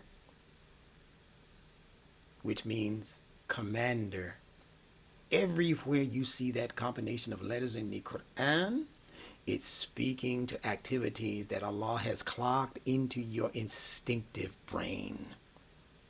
So when you read about nafsin or nafsu al-amara as the first level of the soul, it's speaking about the commanding soul. Where is that commanding soul issuing its commands? It's issuing those commands within your instinctive drives. Do you see how cosmic and scientific the Quran is? You won't be able to go back to your kindergarten reading. I'm sorry, whoever's been teaching you, if they've been teaching you on a level that is not consummate with where we are right now, you need to tell them, listen, there are these classes every Sunday, and I think you could benefit from being in there. You're a great imam, you're a great teacher, but you're nowhere near what this instructor guy and his nunetic students are giving us as information.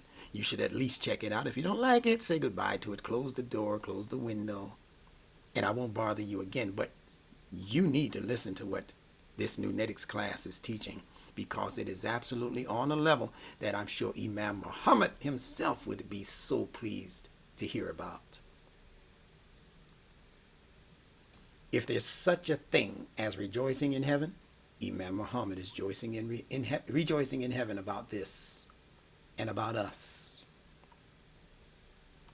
So that's nafsul amara, the activities taking place in your instinctive brain, the commanding, the amir in you, the commanding brain. Wherever you see Allah saying that amirtu, that he's commanded such and such to do so and so, he's appealing directly to the instinctive brain of the individual, not the emotional brain, not the rational brain. If it's Amir involved, Amara, it's the instinctive brain he's speaking to. Do you know how much more clearly you're going to be able to read your Quran when you understand these few principles of operation in the language without having to learn years and years of Arabia training, having to have that. You won't have to have that. If you have it, you're going to be that much further down the racetrack than the rest, if you already have that. But if you don't have it, it doesn't mean that you can't get in the race for linguistic excellence. Then you have the mammal brain, which deals with feelings and emotions. That's nafsin lawama. Nafs al-lawama, the discriminating brain. Feelings and emotions are what causes you to discriminate based on how you feel about what you're engaging. Yeah, I feel good about this person. I like being in their company. But I really don't like the vibration of the friend that they brought with them. See? So you accept on one side, you reject on the other side. You are discriminating. That's the discriminating brain. And they also call it the self-accusing. See, those are feelings. The self-accusing soul. It accuses others of things, but it also accuses itself. For what purpose? So that itself will become a better self. That's happening in the mammalian brain. Every animal has that brain, and that's why you can correct mammals, whereas you can't correct reptiles. They don't have that brain. They have fight or flight, instinctive, dominance, and survival brains. So you can't train a reptile, but you can train your dog. You can train a mammal, a seal, an elephant, a horse. Those are mammals. Then on top you have nafs al-mutma'inna, the one that is supposed to reach a stage of rest so that it can prepare itself for the next stage, which is Jannah among Allah's ibad, his initiates, those who are paying meticulous attention to the fitrah and the ayat that are contained within the fitrah. You see that open alif in ayat, because those instructing signs are not contained within Masonic lodges and secret societies and Illuminatis.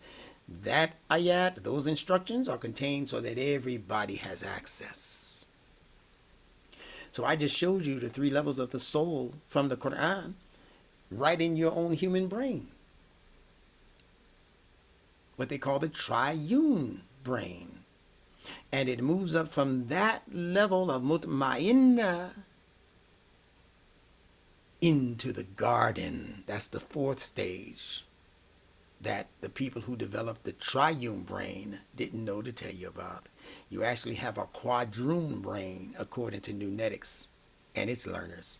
Not a triune brain, a quadroon brain. There's a 4th level that the Quran calls the Jannah. Enter into my Jannah among my ibad. Huh? That's where your paradise is.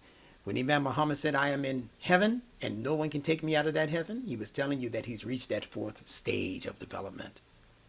Above the intellect. The Imam became a supra-intuitive being whose mind was thereafter connected to the cosmos.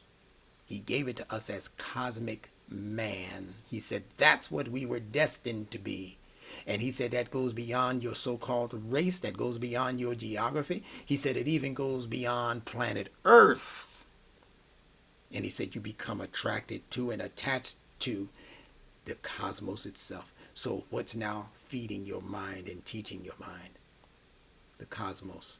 Allah's direct communication with your human brain. Continuing. When information becomes permanently lodged in the memory bank, the brain reaches the status of ibad, or permanent initiate. Understand what we're saying. When information comes into the brain, its first stop is the cerebral cortex, the thinking brain, the rationalizing brain, the brain that has to piece it apart to see what it can use, if it's useful. If it wants to spit some out, it does that. That's the rational brain. That's not the brain that you're going for.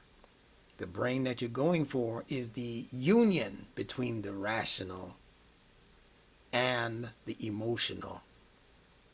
When Imam Muhammad spoke about the moral and the rational brain, he's talking about the combination of these two. This is your true Adam and his Zawj, which Allah doesn't even give a name to in the Quran because he doesn't want you to manipulate this part of the mind. This is where the people who instituted subliminal seduction, this was the Eve that they were aiming their schemes at. The midbrain, the mammalian brain, the feelings and emotion brain. This is what pornography is aimed at. This is what child molestation is aimed at. So Allah doesn't even put that level of frequency brain in the Quran as Eve. You can see it's Eve because it's in the middle. It's even. It's level. Do you see the word Eve in the word level? Just take the two L's out. Here's your Eve. This is the midbrain. What does Allah say? And protect the midday. Guard over the middle salat. We're talking about salat. Salatul wusta. The middle salah. That's also a reference to the middle brain and its energies operating on your behalf. But if you're not careful about what gets in there and what begins to hug up next to it and what begins to suggest things to it, if you are not rationally aware of how to offset those dangers, then you become a victim. It's given to you in the Bible as God, quote unquote, putting Adam, the cerebral cortex, into a deep sleep and then extracting Eve out of Adam via his rib. You know what it means to rib somebody. That's what they've been doing to humanity for thousands of years now. Just creating satire after satire, ribbing the human being. We really mean that. Don't take that no ways. And while they're doing that, they got the other hand in your back pocket and in your purse, ribbing you. When Allah says in the Quran, ذَلِكَ الْكِتَابُ لَا رَيْبَ فِيهِ هُدًى لِلْمُتَّقِينَ. That is the book, not this is the book. What Arabic teacher worth his or her salt would translate ذَلِكَ, which clearly means that, as opposed to هذا, which clearly means this? Why would they translate ذَلِكَ الْكِتَابِ as this is the book, when it really means that is the book? These are the people you trust to give you details related to your deen and an understanding of the Mus'haf called Al-Quran. When Allah is sending you teacher after teacher, He gave you Imam Muhammad. He's giving you Instructor Benjamin Bilal. And there will be a multitude of people coming after me. The only difference is that they won't be coming to the Negro. Trust me when I tell you that. If you've heard what we have to say from the Nunetics side of learning the Quran, and you still say, yeah, that don't even sound like I can, you know. And really what you're saying to yourself is, I'm too goddamn rotten and lazy to study this. That's why Imam Muhammad's community got set back, because the study habits that we had under the Honorable Elijah Muhammad's regime, if we had kept those study habits. And don't tell me it's because you grew old, because Noam Chomsky is old and he's still studying like he's in high school. And I can name you a bunch of people out there who are still writing books and they're 80, close to 90 years old. So your old age in the nation days and from the nation days, you 72 now. So what? What's wrong with your brain? Nothing. So get to writing, get to speaking, get to doing something like you used to do when you were committed to Mr. Farad's language and lessons. We're giving you Fitrah lessons and language. And now it's time for you to become lazy? Allah speaks to that in the Quran. You acting like, you know, you were more fervent during the days of ignorance, so says the Quran. It's talking to those pagan Arabs. Say you had more fervor under Jahiliyyah days than you have under the Quran. What's wrong with you Arabs? We're saying the same thing to you Negroes. You showed more joy, anticipation when Elijah Muhammad's language was feeding you. And that was clearly 95% symbolism. And the other 5% was show. Because he didn't have the right people in place to sustain the progress related to the land, the farmland, related to the banks and the supermarkets and the he didn't have the right people who he could trust to maintain and move those industries into the future. So he did it just for show. See what we can do potentially. That's what he was saying. Now we have a whole lot of people in our association under Imam Muhammad who have made tremendous levels of progress over the progress that was made during the Nation of Islam, but it's a very quiet progress. But it is one that we should identify. We should put them in books to let each other know where we are when we're in that city. I want to go to this bank. I want to go to that supermarket. I want to go to this fruit stand because we own it. We have to get back to that level of respect and responsibility for our own accomplishments. Let's continue. So again, when information becomes permanently lodged, when it's initially introduced through the 5 senses, it lands in the top portion. Adam gets the first chew. And then if you keep introducing the same or similar levels of information into the brain, it will then bypass the neocortex and become saturated and settled within the mammalian brain. That's where it will become settled. That is where the memory bank is, and it will become locked in that bank until the neocortex needs some information from there. It'll knock on the door.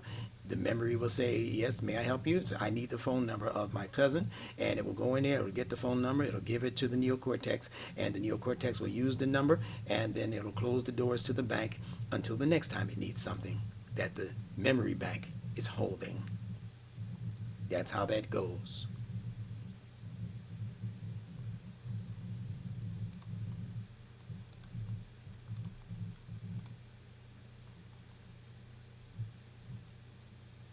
Once you accept an idea that is given over to the memory bank,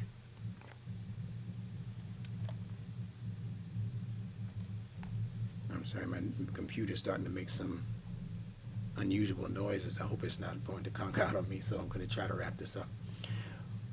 Once we present information over and over again to where the memory bank says, since he's remembering this and visiting this idea so often, he must want to remember it and hold on to it. So I'll lock it into the memory bank. You do that enough, you create a situation where the abd of the neocortex, which has closed the door on letting in anything truly useful, this is your abd,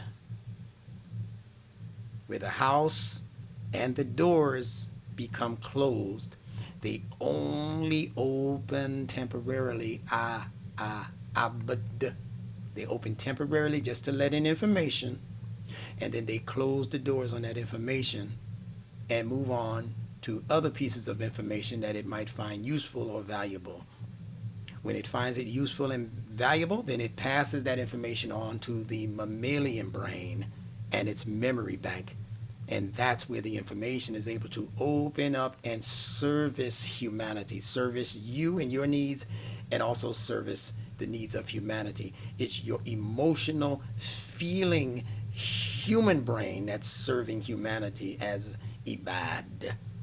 It's abd up here on top, but it is ibad once it becomes situated and saturated within the brain's mammalian level of development. And what's taking place in the meantime in this reptilian brain is information that Allah has clocked into the very fabric of your DNA. So this level, the reptilian brain level, is not a level that can be taught anything. It's already taught by Allah what to do when you hurt, what to do when you're hungry, what to do, how your hair is to grow. That's not happening up here in your thinking brain. That's not a moral decision whether you grow an afro or not. That's a decision that's made in your genetics, in your DNA, and it's clocked into there by Allah. So Allah is in control of your unconscious mind. So the unconscious mind is operating in the reptilian brain. The subconscious mind is operating in the mammalian brain, and the conscious mind is operating in the neocortex brain. And I don't know if I can make that any easier or simpler than that. Neocortex, conscious mind. Mammalian brain, subconscious mind, where the criminals like to go to manipulate you. And prompts that are coming from your DNA, RNA configuration are controlling your unconscious mind. Now, why do you think these wily rascals during this whole COVID-Smovid episode wanted to give you pharmaceuticals that would reconfigure your RNA? And they don't tell you that it is also operating furiously and feverishly upon your DNA, your deoxyribo. You hear it? Rib, that's Eve. Ribonucleic acid. That's the man they want to make now. They want to make him from this rib, from your ribosome. That's the new man that they want to pull out of your chest, brother and sister, so that they can control you on the unconscious level of your life and development, so that they can take out the human parts and put in the robot parts. The robot parts have to be controlled within the unconscious DNA, RNA aspects of your human growth and development, and that means you will no longer be technically human. If you listen to the Bill Gates of the world, if you listen to these other people who are inventing technology to replace what Allah put there naturally to function in you, where Allah says, do not make any alterations in Allah's fitrah.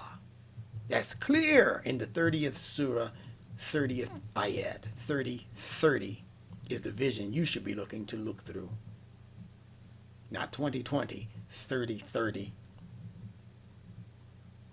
Because if you end up tampering with the unconscious portions of your development, your DNA, your RNA construct, particularly speaking, now you're controlling human life on a level that has bypassed what you feel about it and what you think about it. And you won't be able to do anything about it because it will be autonomic. This is your autonomic nervous system. It will be automatic and autonomic, and it will become your secondary instinct to do whatever they have prompted you to do. Go to war. Yes, master. Shoot down these innocent people. Yes, master. So you're out here, and I'm going to drop this like a lug and keep moving. You're out here thinking that when you hear about these school shootings, for instance, and you notice how they come back to back to back, and that's not a new thing. And you're thinking, oh, copycat. No, it's not copycat. I want you to go research this. MK Ultra. And I'm not going to give you any details on it. That'll be a conversation for our next class. They've done movies on this. I think one had Denzel Washington in it. I forget the name. If you remember, shout it out. But MK Ultra was developed as a Manchurian Candidate. Yes, thank you. Manchurian Candidate. 2 versions of it. Denzel was in the latest version. But look at it. MK Ultra. They developed this after, I think it was World War I, if I remember correctly. And it was designed to be able to send messages that bypass your conscious mind and that even bypass your emotional judgment in order to lodge itself within the unconscious framework of your very genetics, so that you, in effect, would cease being human. Your feelings will have nothing to do with your actions. Your thinking and what you think about it will have nothing to do with your actions, because your actions will be controlled remotely. So they can take a person that they've been working on like that, keeping them sleep deprivation, keeping their eyes open for hours and days at a time, sending subliminal messages into the mind, and then sending commands into them. I believe Spider-Man or one of those superhero movies had one of those instances with a guy, I forget his name, but he was trained like that, super soldier. You think it's just a joke or a movie or a cartoon, and it's not. It's what they're doing 10 times as worse in real life. So go watch that. The Manchurian Candidate. I'm going to watch that again tomorrow. All right. So when information becomes permanently lodged in the memory bank from constant repetition of that message into the emotionality of the brain, then the brain reaches the status of ibad.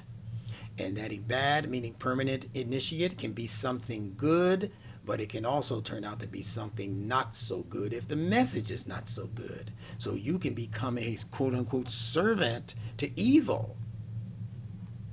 Everywhere Allah mentions ibad in the Quran, it's not a fun thing. It's not a good deal. Because it has that option in the brain to become something wonderful or to become something depleted of wonder. So now let us take a look at how the two proto-root letters, Nun and Sin, operate in these three words for people. And then we're going to stop after this and pick up whenever the next time we have a class is. But this will be enough for you. There are three major words that describe people in the Quran. One of them is the word that is used in that ayat that we used about jinn and ins being created as abd.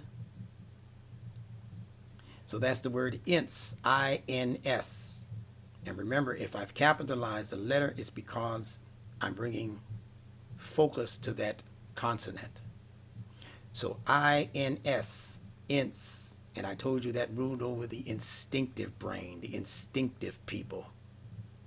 The next one is nas, which also contains the N and the S, or the Nun and the Sin, but there's an elongated Aleph or Fatha vowel between the Nun and the S. Here in Ins, there's no vowel in between N and S, so you don't pronounce it. It's just the soul of those letters. Ins, just like Abd. See? Abd, Ins. No expression for the BD in Abd. No expression for the NS in Ins. So whatever those vowels mean, and this is why they might not want you learning Arabic letter for letter in terms of what each individual letter means. They just want you to walk away pulling on roots, but never having possession of the seeds. These letters are the seeds which cause you to become your own farmer. But if you keep depending on root words, you're depending on the next man's garden to feed you and also to determine what it is you walk away with as food. So the world of corrupted Arabic language and terminology and words and Persian influenced words for Arabic phrases and all of that, that's what's feeding you right now on the most part. And I'm talking about the majority of the Muslim world. At least 97% of the Muslim world has got it wrong in terms of what they believe these Quranic Arabic words mean. Why did Imam Muhammad's meanings for Quranic words differ so drastically than your school of thought's meanings for those same words? You ever ask yourself that question? Imam Muhammad said, Watini wa zaytun wa tur sinin wa hadha baladil amin, and this city of security. Imam Muhammad said that city is Medina, where the rest of the Muslim world said, as scholars, that that city is Mecca. They want you to keep worshiping Mecca so badly. Where the real community life of Muslims didn't happen until Medina. Medina means the place of deen. When Medina was established was when the Muslim community life, which included other manifestations of deen. The Jewish community was there. The Christian community was there. You get it? And they were all living side by side with rules and regulations on how to do, how to be, how not to be. And they were making progress. Whereas in Mecca, that town became limited to purely ritualistic endeavors. The entire Mecca is dedicated to rituals, including the worship of stones now, including age-old practices that were set in place by the Persians and the Hindus of India. The circumambulation around the Kaaba, that's not in the Quran. That came out of ancient India. They still do it. Thousands of years they were doing that before Hajj. So Hajj in the Quran is not what they're telling you Hajj is. What they're telling you Hajj is the opportunity for you to take your dollars, as long as you don't bring any sense along with it, all of the way over 17 hours in some cases for some people, and take $4,000 and $5,000 worth of your life savings with you and dump it on the table of Mecca. People who are already trillionaires, but they're trillions of dollars. They're building marble sidewalks around the Kaaba, but they can't eliminate and eradicate poverty right there where the people are begging you, right in the precincts, begging you for food and for money. How do you explain that in a trillionaire society that can afford to purchase tons and tons and tons of beef and lamb and all of that, to the point where they leave a good majority of that food after the Hajj to spoil? How do you explain that? Do you think Muhammad the Prophet agreed with that practice? So you, talking to you now, you have to wake up. And the first question you ask is this thing I've been doing all of my Muslim life, is it recognized and spoken on by Allah in His Quran? That's where you start. So you look at what Hajj is, you go to the Quran, it has a whole surah called Hajj. Is any of what they told you to do in that surah? There's a surah called Al-Jumu'ah. Is anything in that surah what they tell you to do when you go to the masjid on Friday? That's how I start. Now, if that's trouble for you, so be it. My book of guidance that says that it is complete, that nothing is left out of the book, that Al-Islam has been completed and perfected, that Muhammad represents the seal of the prophets. Which Muhammad? The Muhammad that is spoken of in the Quran. Every time you hear Qul, that's Muhammad being told to give a hadith from his mouth that goes into the Quran and not into Muslim Bukhari legend. Too hot for you? Go cool off. Go stick your feet in some ice water. These are the facts. So going back to these words, Ins, Nas, Insan. All three of them have the Nun and the Sin operating in them. Let's look at Ins. We already described it as the instinctive man or people. These are people who are operating unconsciously in the world. And they're quick to volunteer, to do things believing that there's some opportunity in it. They're operating instinctively without thinking, and even in some cases without even feeling any way about it. They just perceive that this is good for their survival, for the furtherance of their life form. Then you have Nas, And in Nas, the letter Nun is given a vowel expression, but the letter Sin is not. Nas,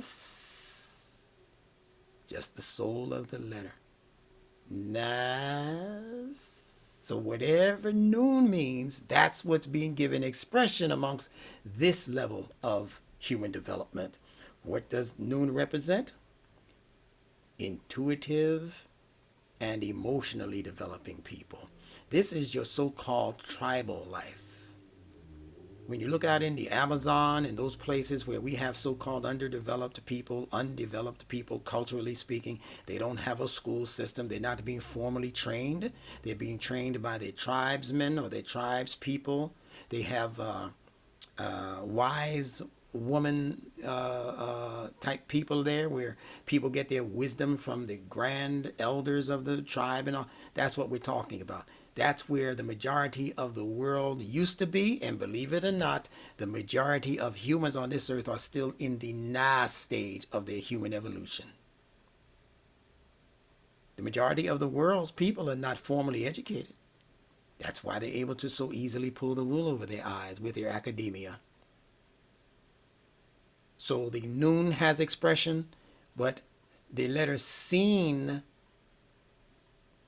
is connected to the idea of chewing in the intellect, the masticating of information in the intellect. The intellect likes to chew on information and separates big pieces of food in the intellect into smaller, more manageable chunks of food in the intellect. We spoke about that.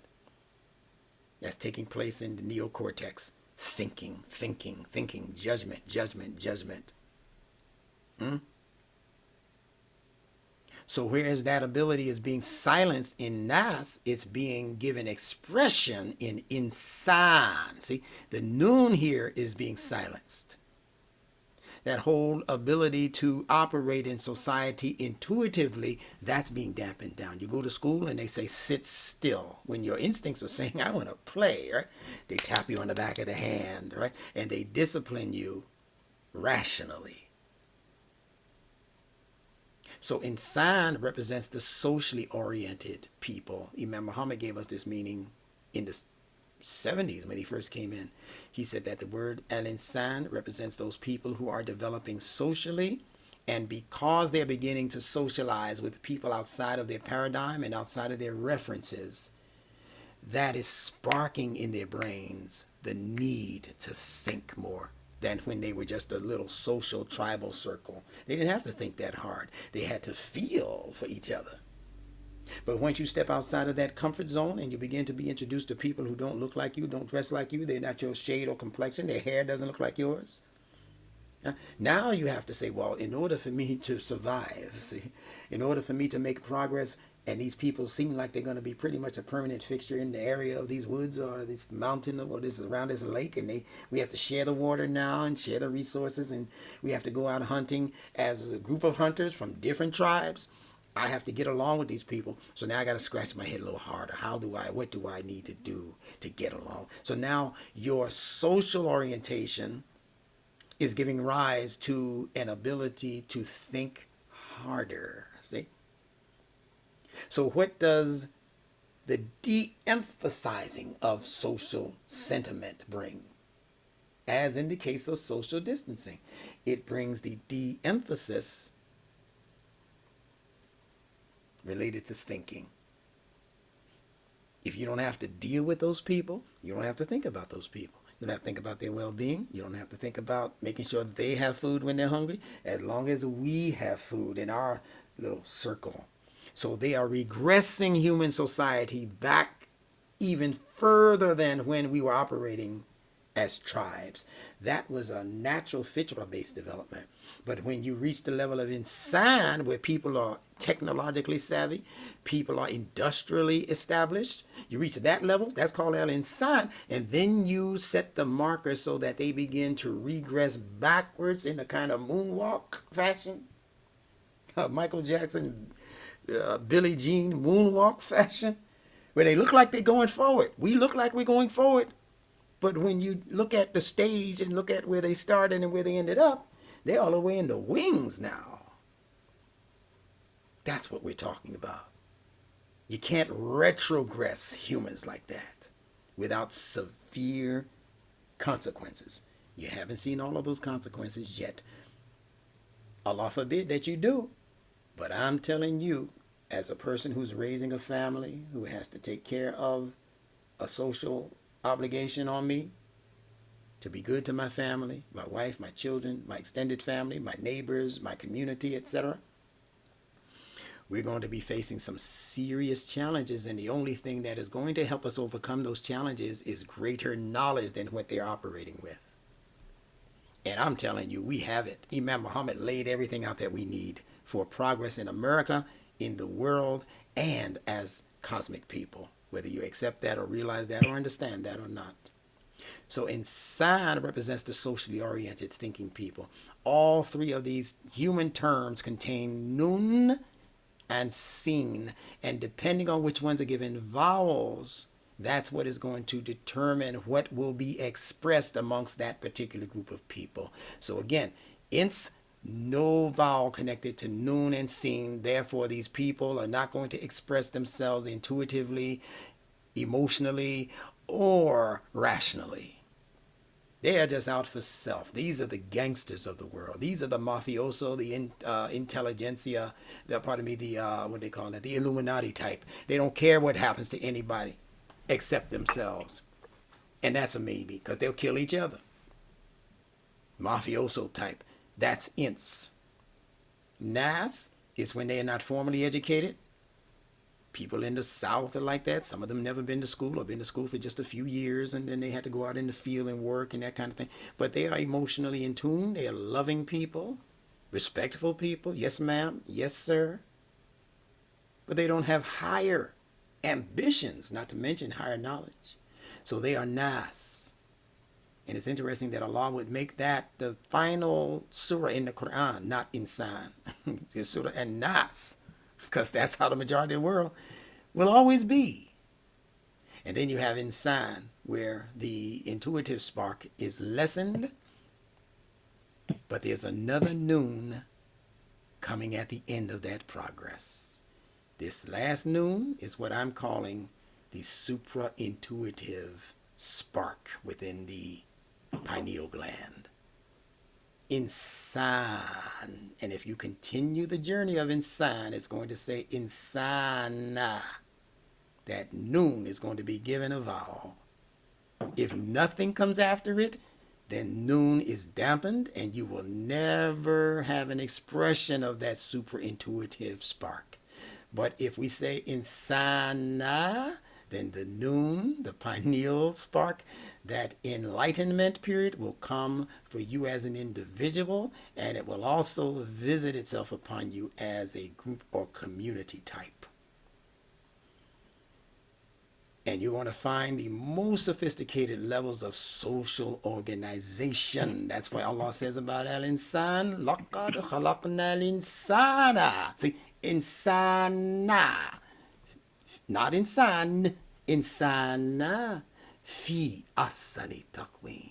That he's created these socially and thinking-oriented people who have had that last stage of their development opened up and explored, activated, as I like to say. They are the ones who created fi in asani, superlative, excellent, taqweem, position of qawm, standing, balanced upon two, ready to make movement forward. You have to be in qiyam to make movement forward. You can't be leaning to one side, bopping, bebopping, hat to the side. You can't make progress forward in a civilized and intelligent society in that disposition. That's insane. And people who are not understanding that, they're continuing to display not insane behavior, but insane behavior. See how close those two are? For us, we want to be in the insane group. The ones who are losing their soul are going to be classified and categorized as being in the insane group, which will eventually lead to an asylum of the same name. That's not what we want. This represents the conclusion of today's presentation, and we'll deal with the remainder of it in another couple of days, inshallah. But I thank you for listening and being a part of this learning experience. I told you I had a lot for you, and I pray that you are able to get out of it what Allah brought you here to extract. Now, before concluding, I'm going to ask if Amina's microphone situation changed or if she's put her concerns in the chat box. Let's look at what's put into the chat box. Oh, goody. This is wonderful. Hold on for one moment. Let me try to answer at least some of these. Habiba says, please excuse my tardiness, reaching out to others who may not have had the info. That's fine. That's what you've been born to do. And she's reminding me to ask you to purchase the book Nunetics and the N-Word. Those are my first two books.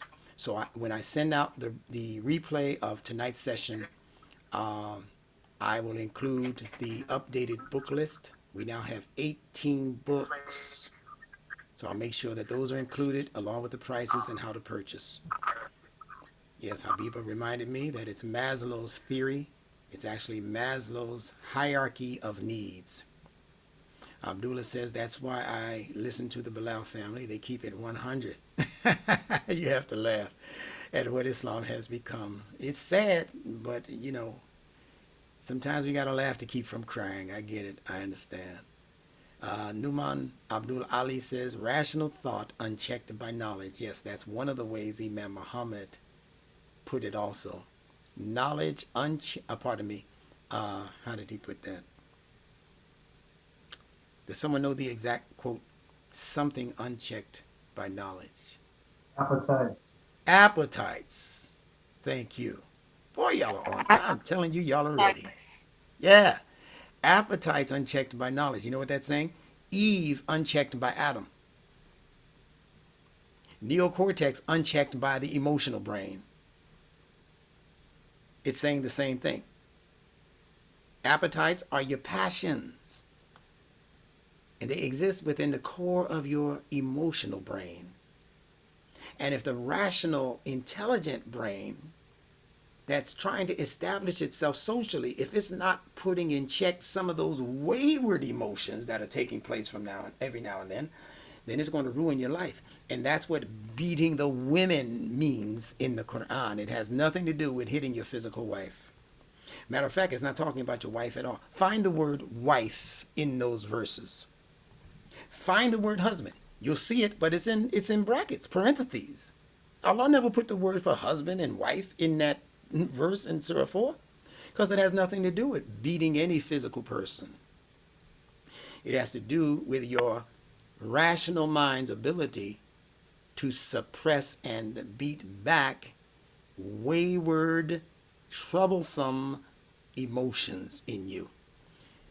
The female in that surah, the male in that surah, Ar-Rijalu Qawwamuna ala Nisa, the Rijal, Ar-Rijal, the male, and An-Nisa, the woman, both of them are operating in you psychically or psychologically.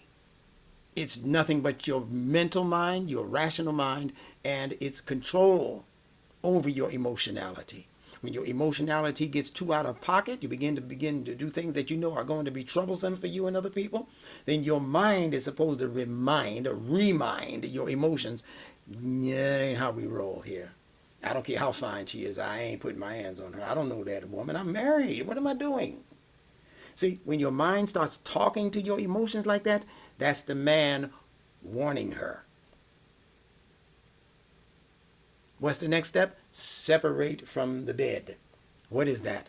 That's when your mind says to your emotions, I'm not going to fraternize with you in a way that might be responsible for producing offspring of this vibration that we're in, this negative yin-yang thing that you keep throwing at me.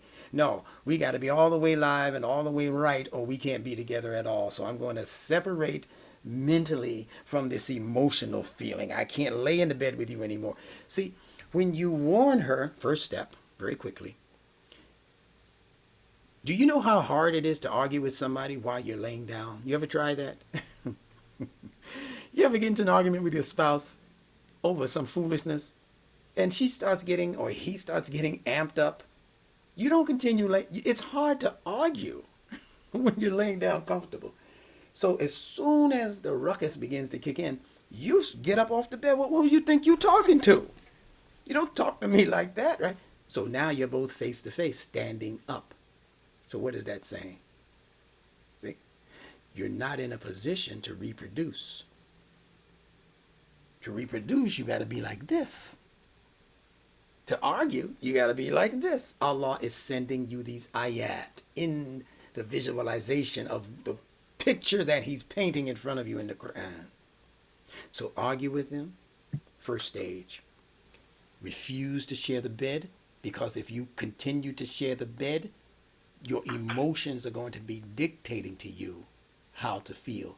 And you might feel that way for the 5, 10, 15, 30 minutes that you're together in the bed, but the problem has not disappeared. Y'all get this? The issue that you were struggling over has not disappeared. So in other words, this is saying, do not relax your wayward emotions. Don't begin to say, they're just feelings. Feelings, nothing more than feelings. Don't begin to sing that song. That's going to get you in trouble, because the thing responsible for you thinking, this brain here, this neocortex and all of that relationship, is no longer on top. It's on top when you're standing and arguing back and forth. But when you lay down, your genitals, your appetite in the belly, all of that now is even with your brain. When you stand up, the genitals on the bottom, the appetite is in the middle, the sentiments are in the heart, but the thinking, the moral and rational charge that you've been responsible for, that's on top as the ruler. Rijal. Rijal gave us the word regal, king-like, authority. The one who regulates, Rijal, regulate. You can regulate when you're standing toe-to-toe, but when you're like this, no, then the instincts begin to creep in. The emotions, the heart is on the same level as the brain. The heart and the brain are on the same level as the excited genitals when you're laying in the bed together. So Allah says, separate from the bed. You get it? And if that doesn't work, ajribuhunna. They translate that as strike them, hit them, beat them. No, it means beat the path. It means strike your steps on the ground and get the heck up out of there. That's what that means. If you're this proximity and that's not working, then Allah says separate from the bed. Now you're further away because you're in a different room, in a different bed. If that doesn't work, you think Allah is saying come back to this position and start doing a Chris Rock, Will Smith thing? No. It's proximity. It's following the logic to its logical conclusion, like Imam Muhammad asked us to do. This proximity, argue. That doesn't work. Separate from the bed. Now you're in the next room. That don't work. Beat it, as Michael Jackson would say. He didn't mean hit anybody. He broke a gang up singing it. Beat doesn't always mean give somebody a beat down. Strike doesn't always. You can go on strike to change conditions at your job that you disagree with. Did you hit your boss? Did you overturn furniture? But you went on strike. So you can strike a similitude according to the Quran, right? Allah struck a similitude. He didn't hit anything. He didn't ask you to strike anything. A policeman beats the path. He walks the beat. He ain't hitting on nobody, I hope. So you have to understand the logic of the Quran and what it's saying to us. What I'm giving you tonight and what we've been giving you for the past few years now. I've been doing this for over 30 years. While Imam Muhammad was with us, I was doing this and doing it very well. You'll see it in my study books. When you look at my book list, some of those study books are over 400 pages each. Those 18 books contain gems of wisdom that will not quit you. You can give them away as gifts, Eid gifts if you choose, birthday gifts, holiday, whatever you want to do. Give them to your neighbors. We used to give them to our neighbors. They weren't Muslim, they were European Americans and Christians, and one of them was Jewish wife married to a Christian man. Man, they loved those books. I gave Nunetics to a professor at Duke University in Durham, North Carolina. She was the head of the Arabic and Middle Eastern Studies Department. European American woman. She couldn't take her head out of that book. She said, we have to get Nunetics as a course in Duke University. While we're still running around saying, remember, I didn't say that. Did he say influence the world? Did he say remake the world? Did he say influence society? All right, if we're doing that, mind your business. Why are you mad? You should be joining us. Shouldn't be no 30, 40 people here every week. There should be 30 and 40, 100 people here every week. And it's going to get that way in a very short period of time. Let's see what else we have here. Sorry for keeping you this long. Yeah. Abdullah says, can you get this in MIT? Yeah, isn't that something? I just mentioned that for Duke University, and here this is. That's what I call supra intuition, right? Can you get this in MIT, Yale, Columbia, or an Ivy League school, or Moorish Shrine Temple? No. Maybe the African American Muslims, 33 degrees Mason. Not like the Let's Go Sun, S-U-N. I get it, Abdullah. But the answer, as you know, is an unequivocal no. You won't be able to get this anywhere else. Numan Abdul Ali says Trump and his people shut down a lot of educational, equality-oriented federal organizations. I'm not going to get into politics in this class. Whatever your political ideas are, that's for you. Trump actually, if you look at it, did more for African-American colleges than any of his predecessors and any of the people who followed him. You have to research that one, though. But this is not a pro-Trump, anti-Trump, pro-Biden, anti-Biden. This is a pro-Fitrah class. Amina says, pointing out that the alpha, beta, delta of Greek letters relating to ABD, that's interesting, as translators use as meaning slave, and observing the ways in which college universities initiate people, into their sororities and add their fraternities. Are they intended to be secret societies? Yes, they are. Those Greek letter organizations are secret societies. If they're not anything else, they're secret societies. The lower energy chakras are seen as being slaves to one's human passions, and the higher energies can possibly be observed as being initiated into higher levels of awareness. And she puts a question mark at the end of these. I would have put an emphatic period, because I believe she's absolutely spot on. So she needs to do a paper on that, and we'll read it to the group. Naima says, beautiful. Yes, indeed. I love it. And Habiba made it clear, Maslow's hierarchy of knowledge or of needs. Google these things. Arlene Elamine says, the movie Fallen with Denzel Washington has mind control. Yeah, I think I saw that in the last year or so. Yeah, you're right. Yeah. Some of these, we can look at on Zoom together. So if anyone is interested in that, let me know. We'll have a movie night. We used to have it. And we'll watch these things, stop the film, and discuss different parts of it. All right. My email address, of course, is cosmicquran1, the number 1, @gmail.com. If you're new, contact me. Amin Abdul Rashid says to everyone, my email is, and he gives it. Would you send the Zoom link to my email, please? Imam Amin Abdul Rashid. Imam, welcome. You are a welcome breath of freshness and fresh air. We have quite a few imams with us already. And one day we're going to have an imams group, but it ain't going to be nowhere in the near future. You imams have to play catch up on your own right now. Imam Muhammad has been talking to imams for 33 years. And everything that I've said is already published in 18 books and 100 or so webinars that I will send you if you ask for them. I'll send you one by one or two by two. So it's your job now to put in the work The title Imam will not get you brownie points in the new next class. The title True Human will get you brownie points. And a true human is one who's going to take the knowledge and share it. If you can show us that that's what you're doing.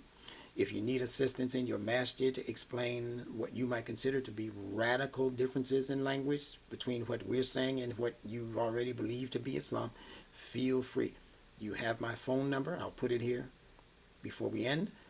And I think down to a man, every Imam who has joined has actually called me for a one-on-one to express their gratitude for the information, and so that we can get to know each other, Imam to Imam and teacher to teacher. That's a wonderful thing. But I'm not going to do any more blanket programs that are specifically designed for Imams unless those Imams show me that level of interest. Let's keep it moving. But thank you, Imam Amin Abdul Rashid. Excellent name. Winona says, I hope I have not missed this somehow. I see and understand that there is a process, but is it next time that you are going to talk about the specific activity of intentionally activating the pineal gland? I may never talk about that because some of you will drive yourselves nuts trying to do it. I'm going to give you the simplest, the most ABC way of accelerating your pineal gland activation and activities so that you don't become a space nut. Because that's what a lot of people in the world are coming thinking that they're opening up their third eye, and that's not what this is about. The Quran never calls for that. Right? So that's not what this is going to be. I'm not going to say your guru is here tonight and put your eyebrows up in your forehead and all of that and chant Om. I'm not going to do that to you. Some of that works, but I ain't going to do that to you because the Quran doesn't call for all of that. The Quran says Salat wa dhikr. Salat and tasbih, whatever you think that is, and dhikr. That's really all of the essentials you need for supra-intuitive activation and elevation. It's not going to be some spooky thing that you leave your body and you see yourself floating up here and you're looking down. No, it ain't going to be none of that. Ton of people out there if that's what you want. I don't do that. I ain't trying to leave my body.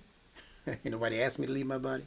There's no surah in the Quran that tells me you should leave your body or take the chance of leaving your body. Some people don't come back, So don't get into that foolishness. This is practical ilm or knowledge.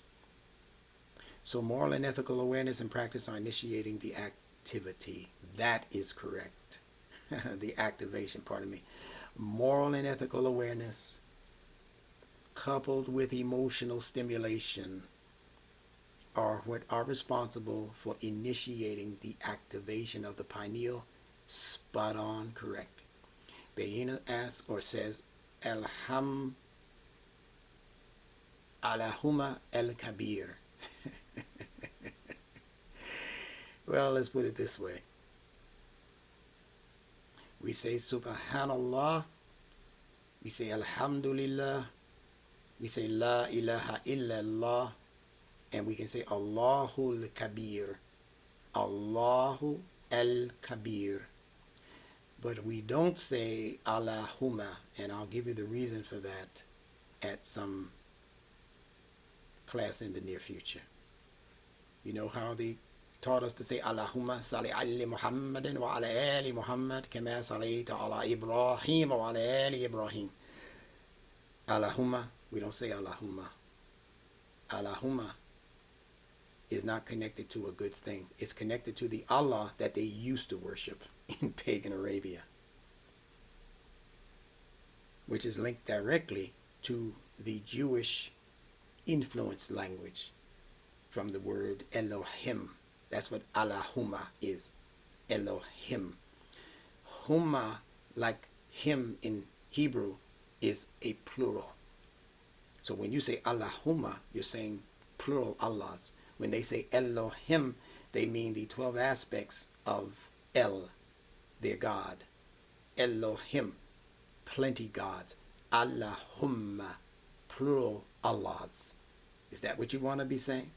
So we're going to be visiting each and every place in the Quran that uses that phrase, and they have translated it in a way to make you think that it's okay. They put it right there in your prayer ritual practice. Allahumma salli. At the end of every salah, Allahumma salli ala Muhammadin wa ala. What are you doing speaking to Muhammad and Ibrahim during a salat that Allah says is supposed to be solely dedicated to his worship?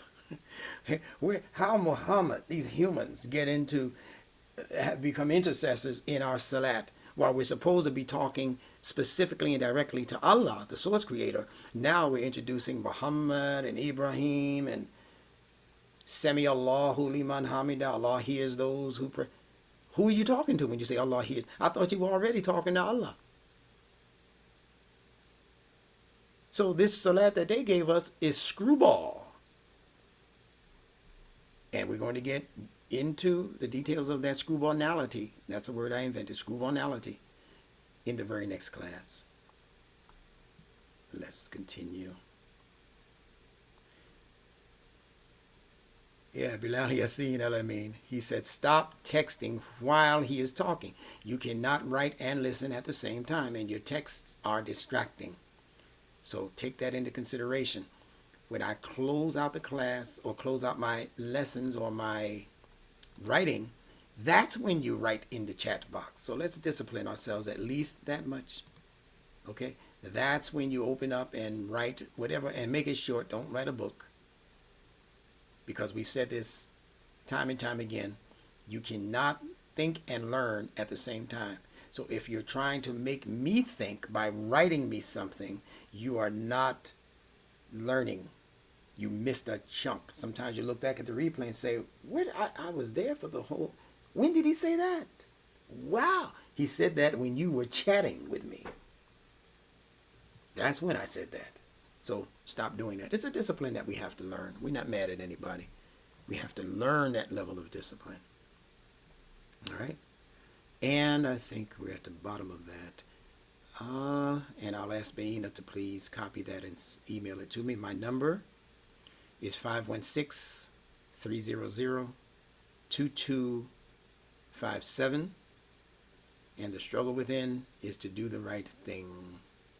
Abdullah is absolutely correct. The greatest jihad is the fight within. We'll talk about that at some other time. We got to be careful of making statements that are not Quranically corroborated. So you have to find where Allah says in the Quran that the greatest jihad is the jihad within. That's also hadith. And I'm not saying it doesn't have merit. I'm saying that the first place you have to go to for your proof of the factuality of the statement is the Quran itself. Just go to everywhere where it says jihad or a variation on those three letters, jahada. Okay? And that's it. Thank you for listening. As I greet you in the greetings of peace that obligate each and every one of us to keep the peace. Wow. We've kept our numbers all of this time. I thought some of you would fall off during the question and answer, but you didn't. This is wonderful. Greeting you in peace. The greetings that obligate each and every one of us to keep the peace. And as soon as this cooks, it'll be put online for you to enjoy over and over again and to share with other people. So thank you for listening. As I greet you with Salamun Alaikum. Walaikum assalam wa rahmatullah. Walaikum assalam. Walaikum assalam. All right. Yes. Thank you to Wali Sabir for your opening comments. And those of you who can get the Kindle version of his book, feel free to do so if you have to go online and order it. I like these books as books that I can pick up. And I mean, the quality of this book is so nice that I like to have it, even if I do get the PDF version, which I will do also. I just like this is almost a leather bound here, the way he has this. And the same thing for Amina's book. Amina Adhoc will advertise her book again in the next couple of weeks. We need to support each other. I don't care if you never read the book, you should still purchase it if one of us wrote it. I don't care if you never read my 18 books, you should still have all 18 in your home library. How do we get Amina's book? Amina, are you still there? Her microphone was kind of spotty. Let me see if we can. Yes, I am heard correctly. Okay. Can you hear me? Yeah, enough for you to get the information out. Yes, ma'am. Amina, why don't you print it in the chat? Yeah, Amina, the best thing. Okay, Yeah, let's that's do a that. good idea. Yeah, send it to me, and I'll send it out when I send the replay, and that'll be done. All right. Bye-bye. Talk to you guys later. Salam Thank you. alaikum. Okay. I'll call you tomorrow before I Everybody leave, take brother. care. Inshallah, I'll Instructor. be looking to hear from you. Thank you. Okay. All right. Thank you. All right. Everybody have Okay.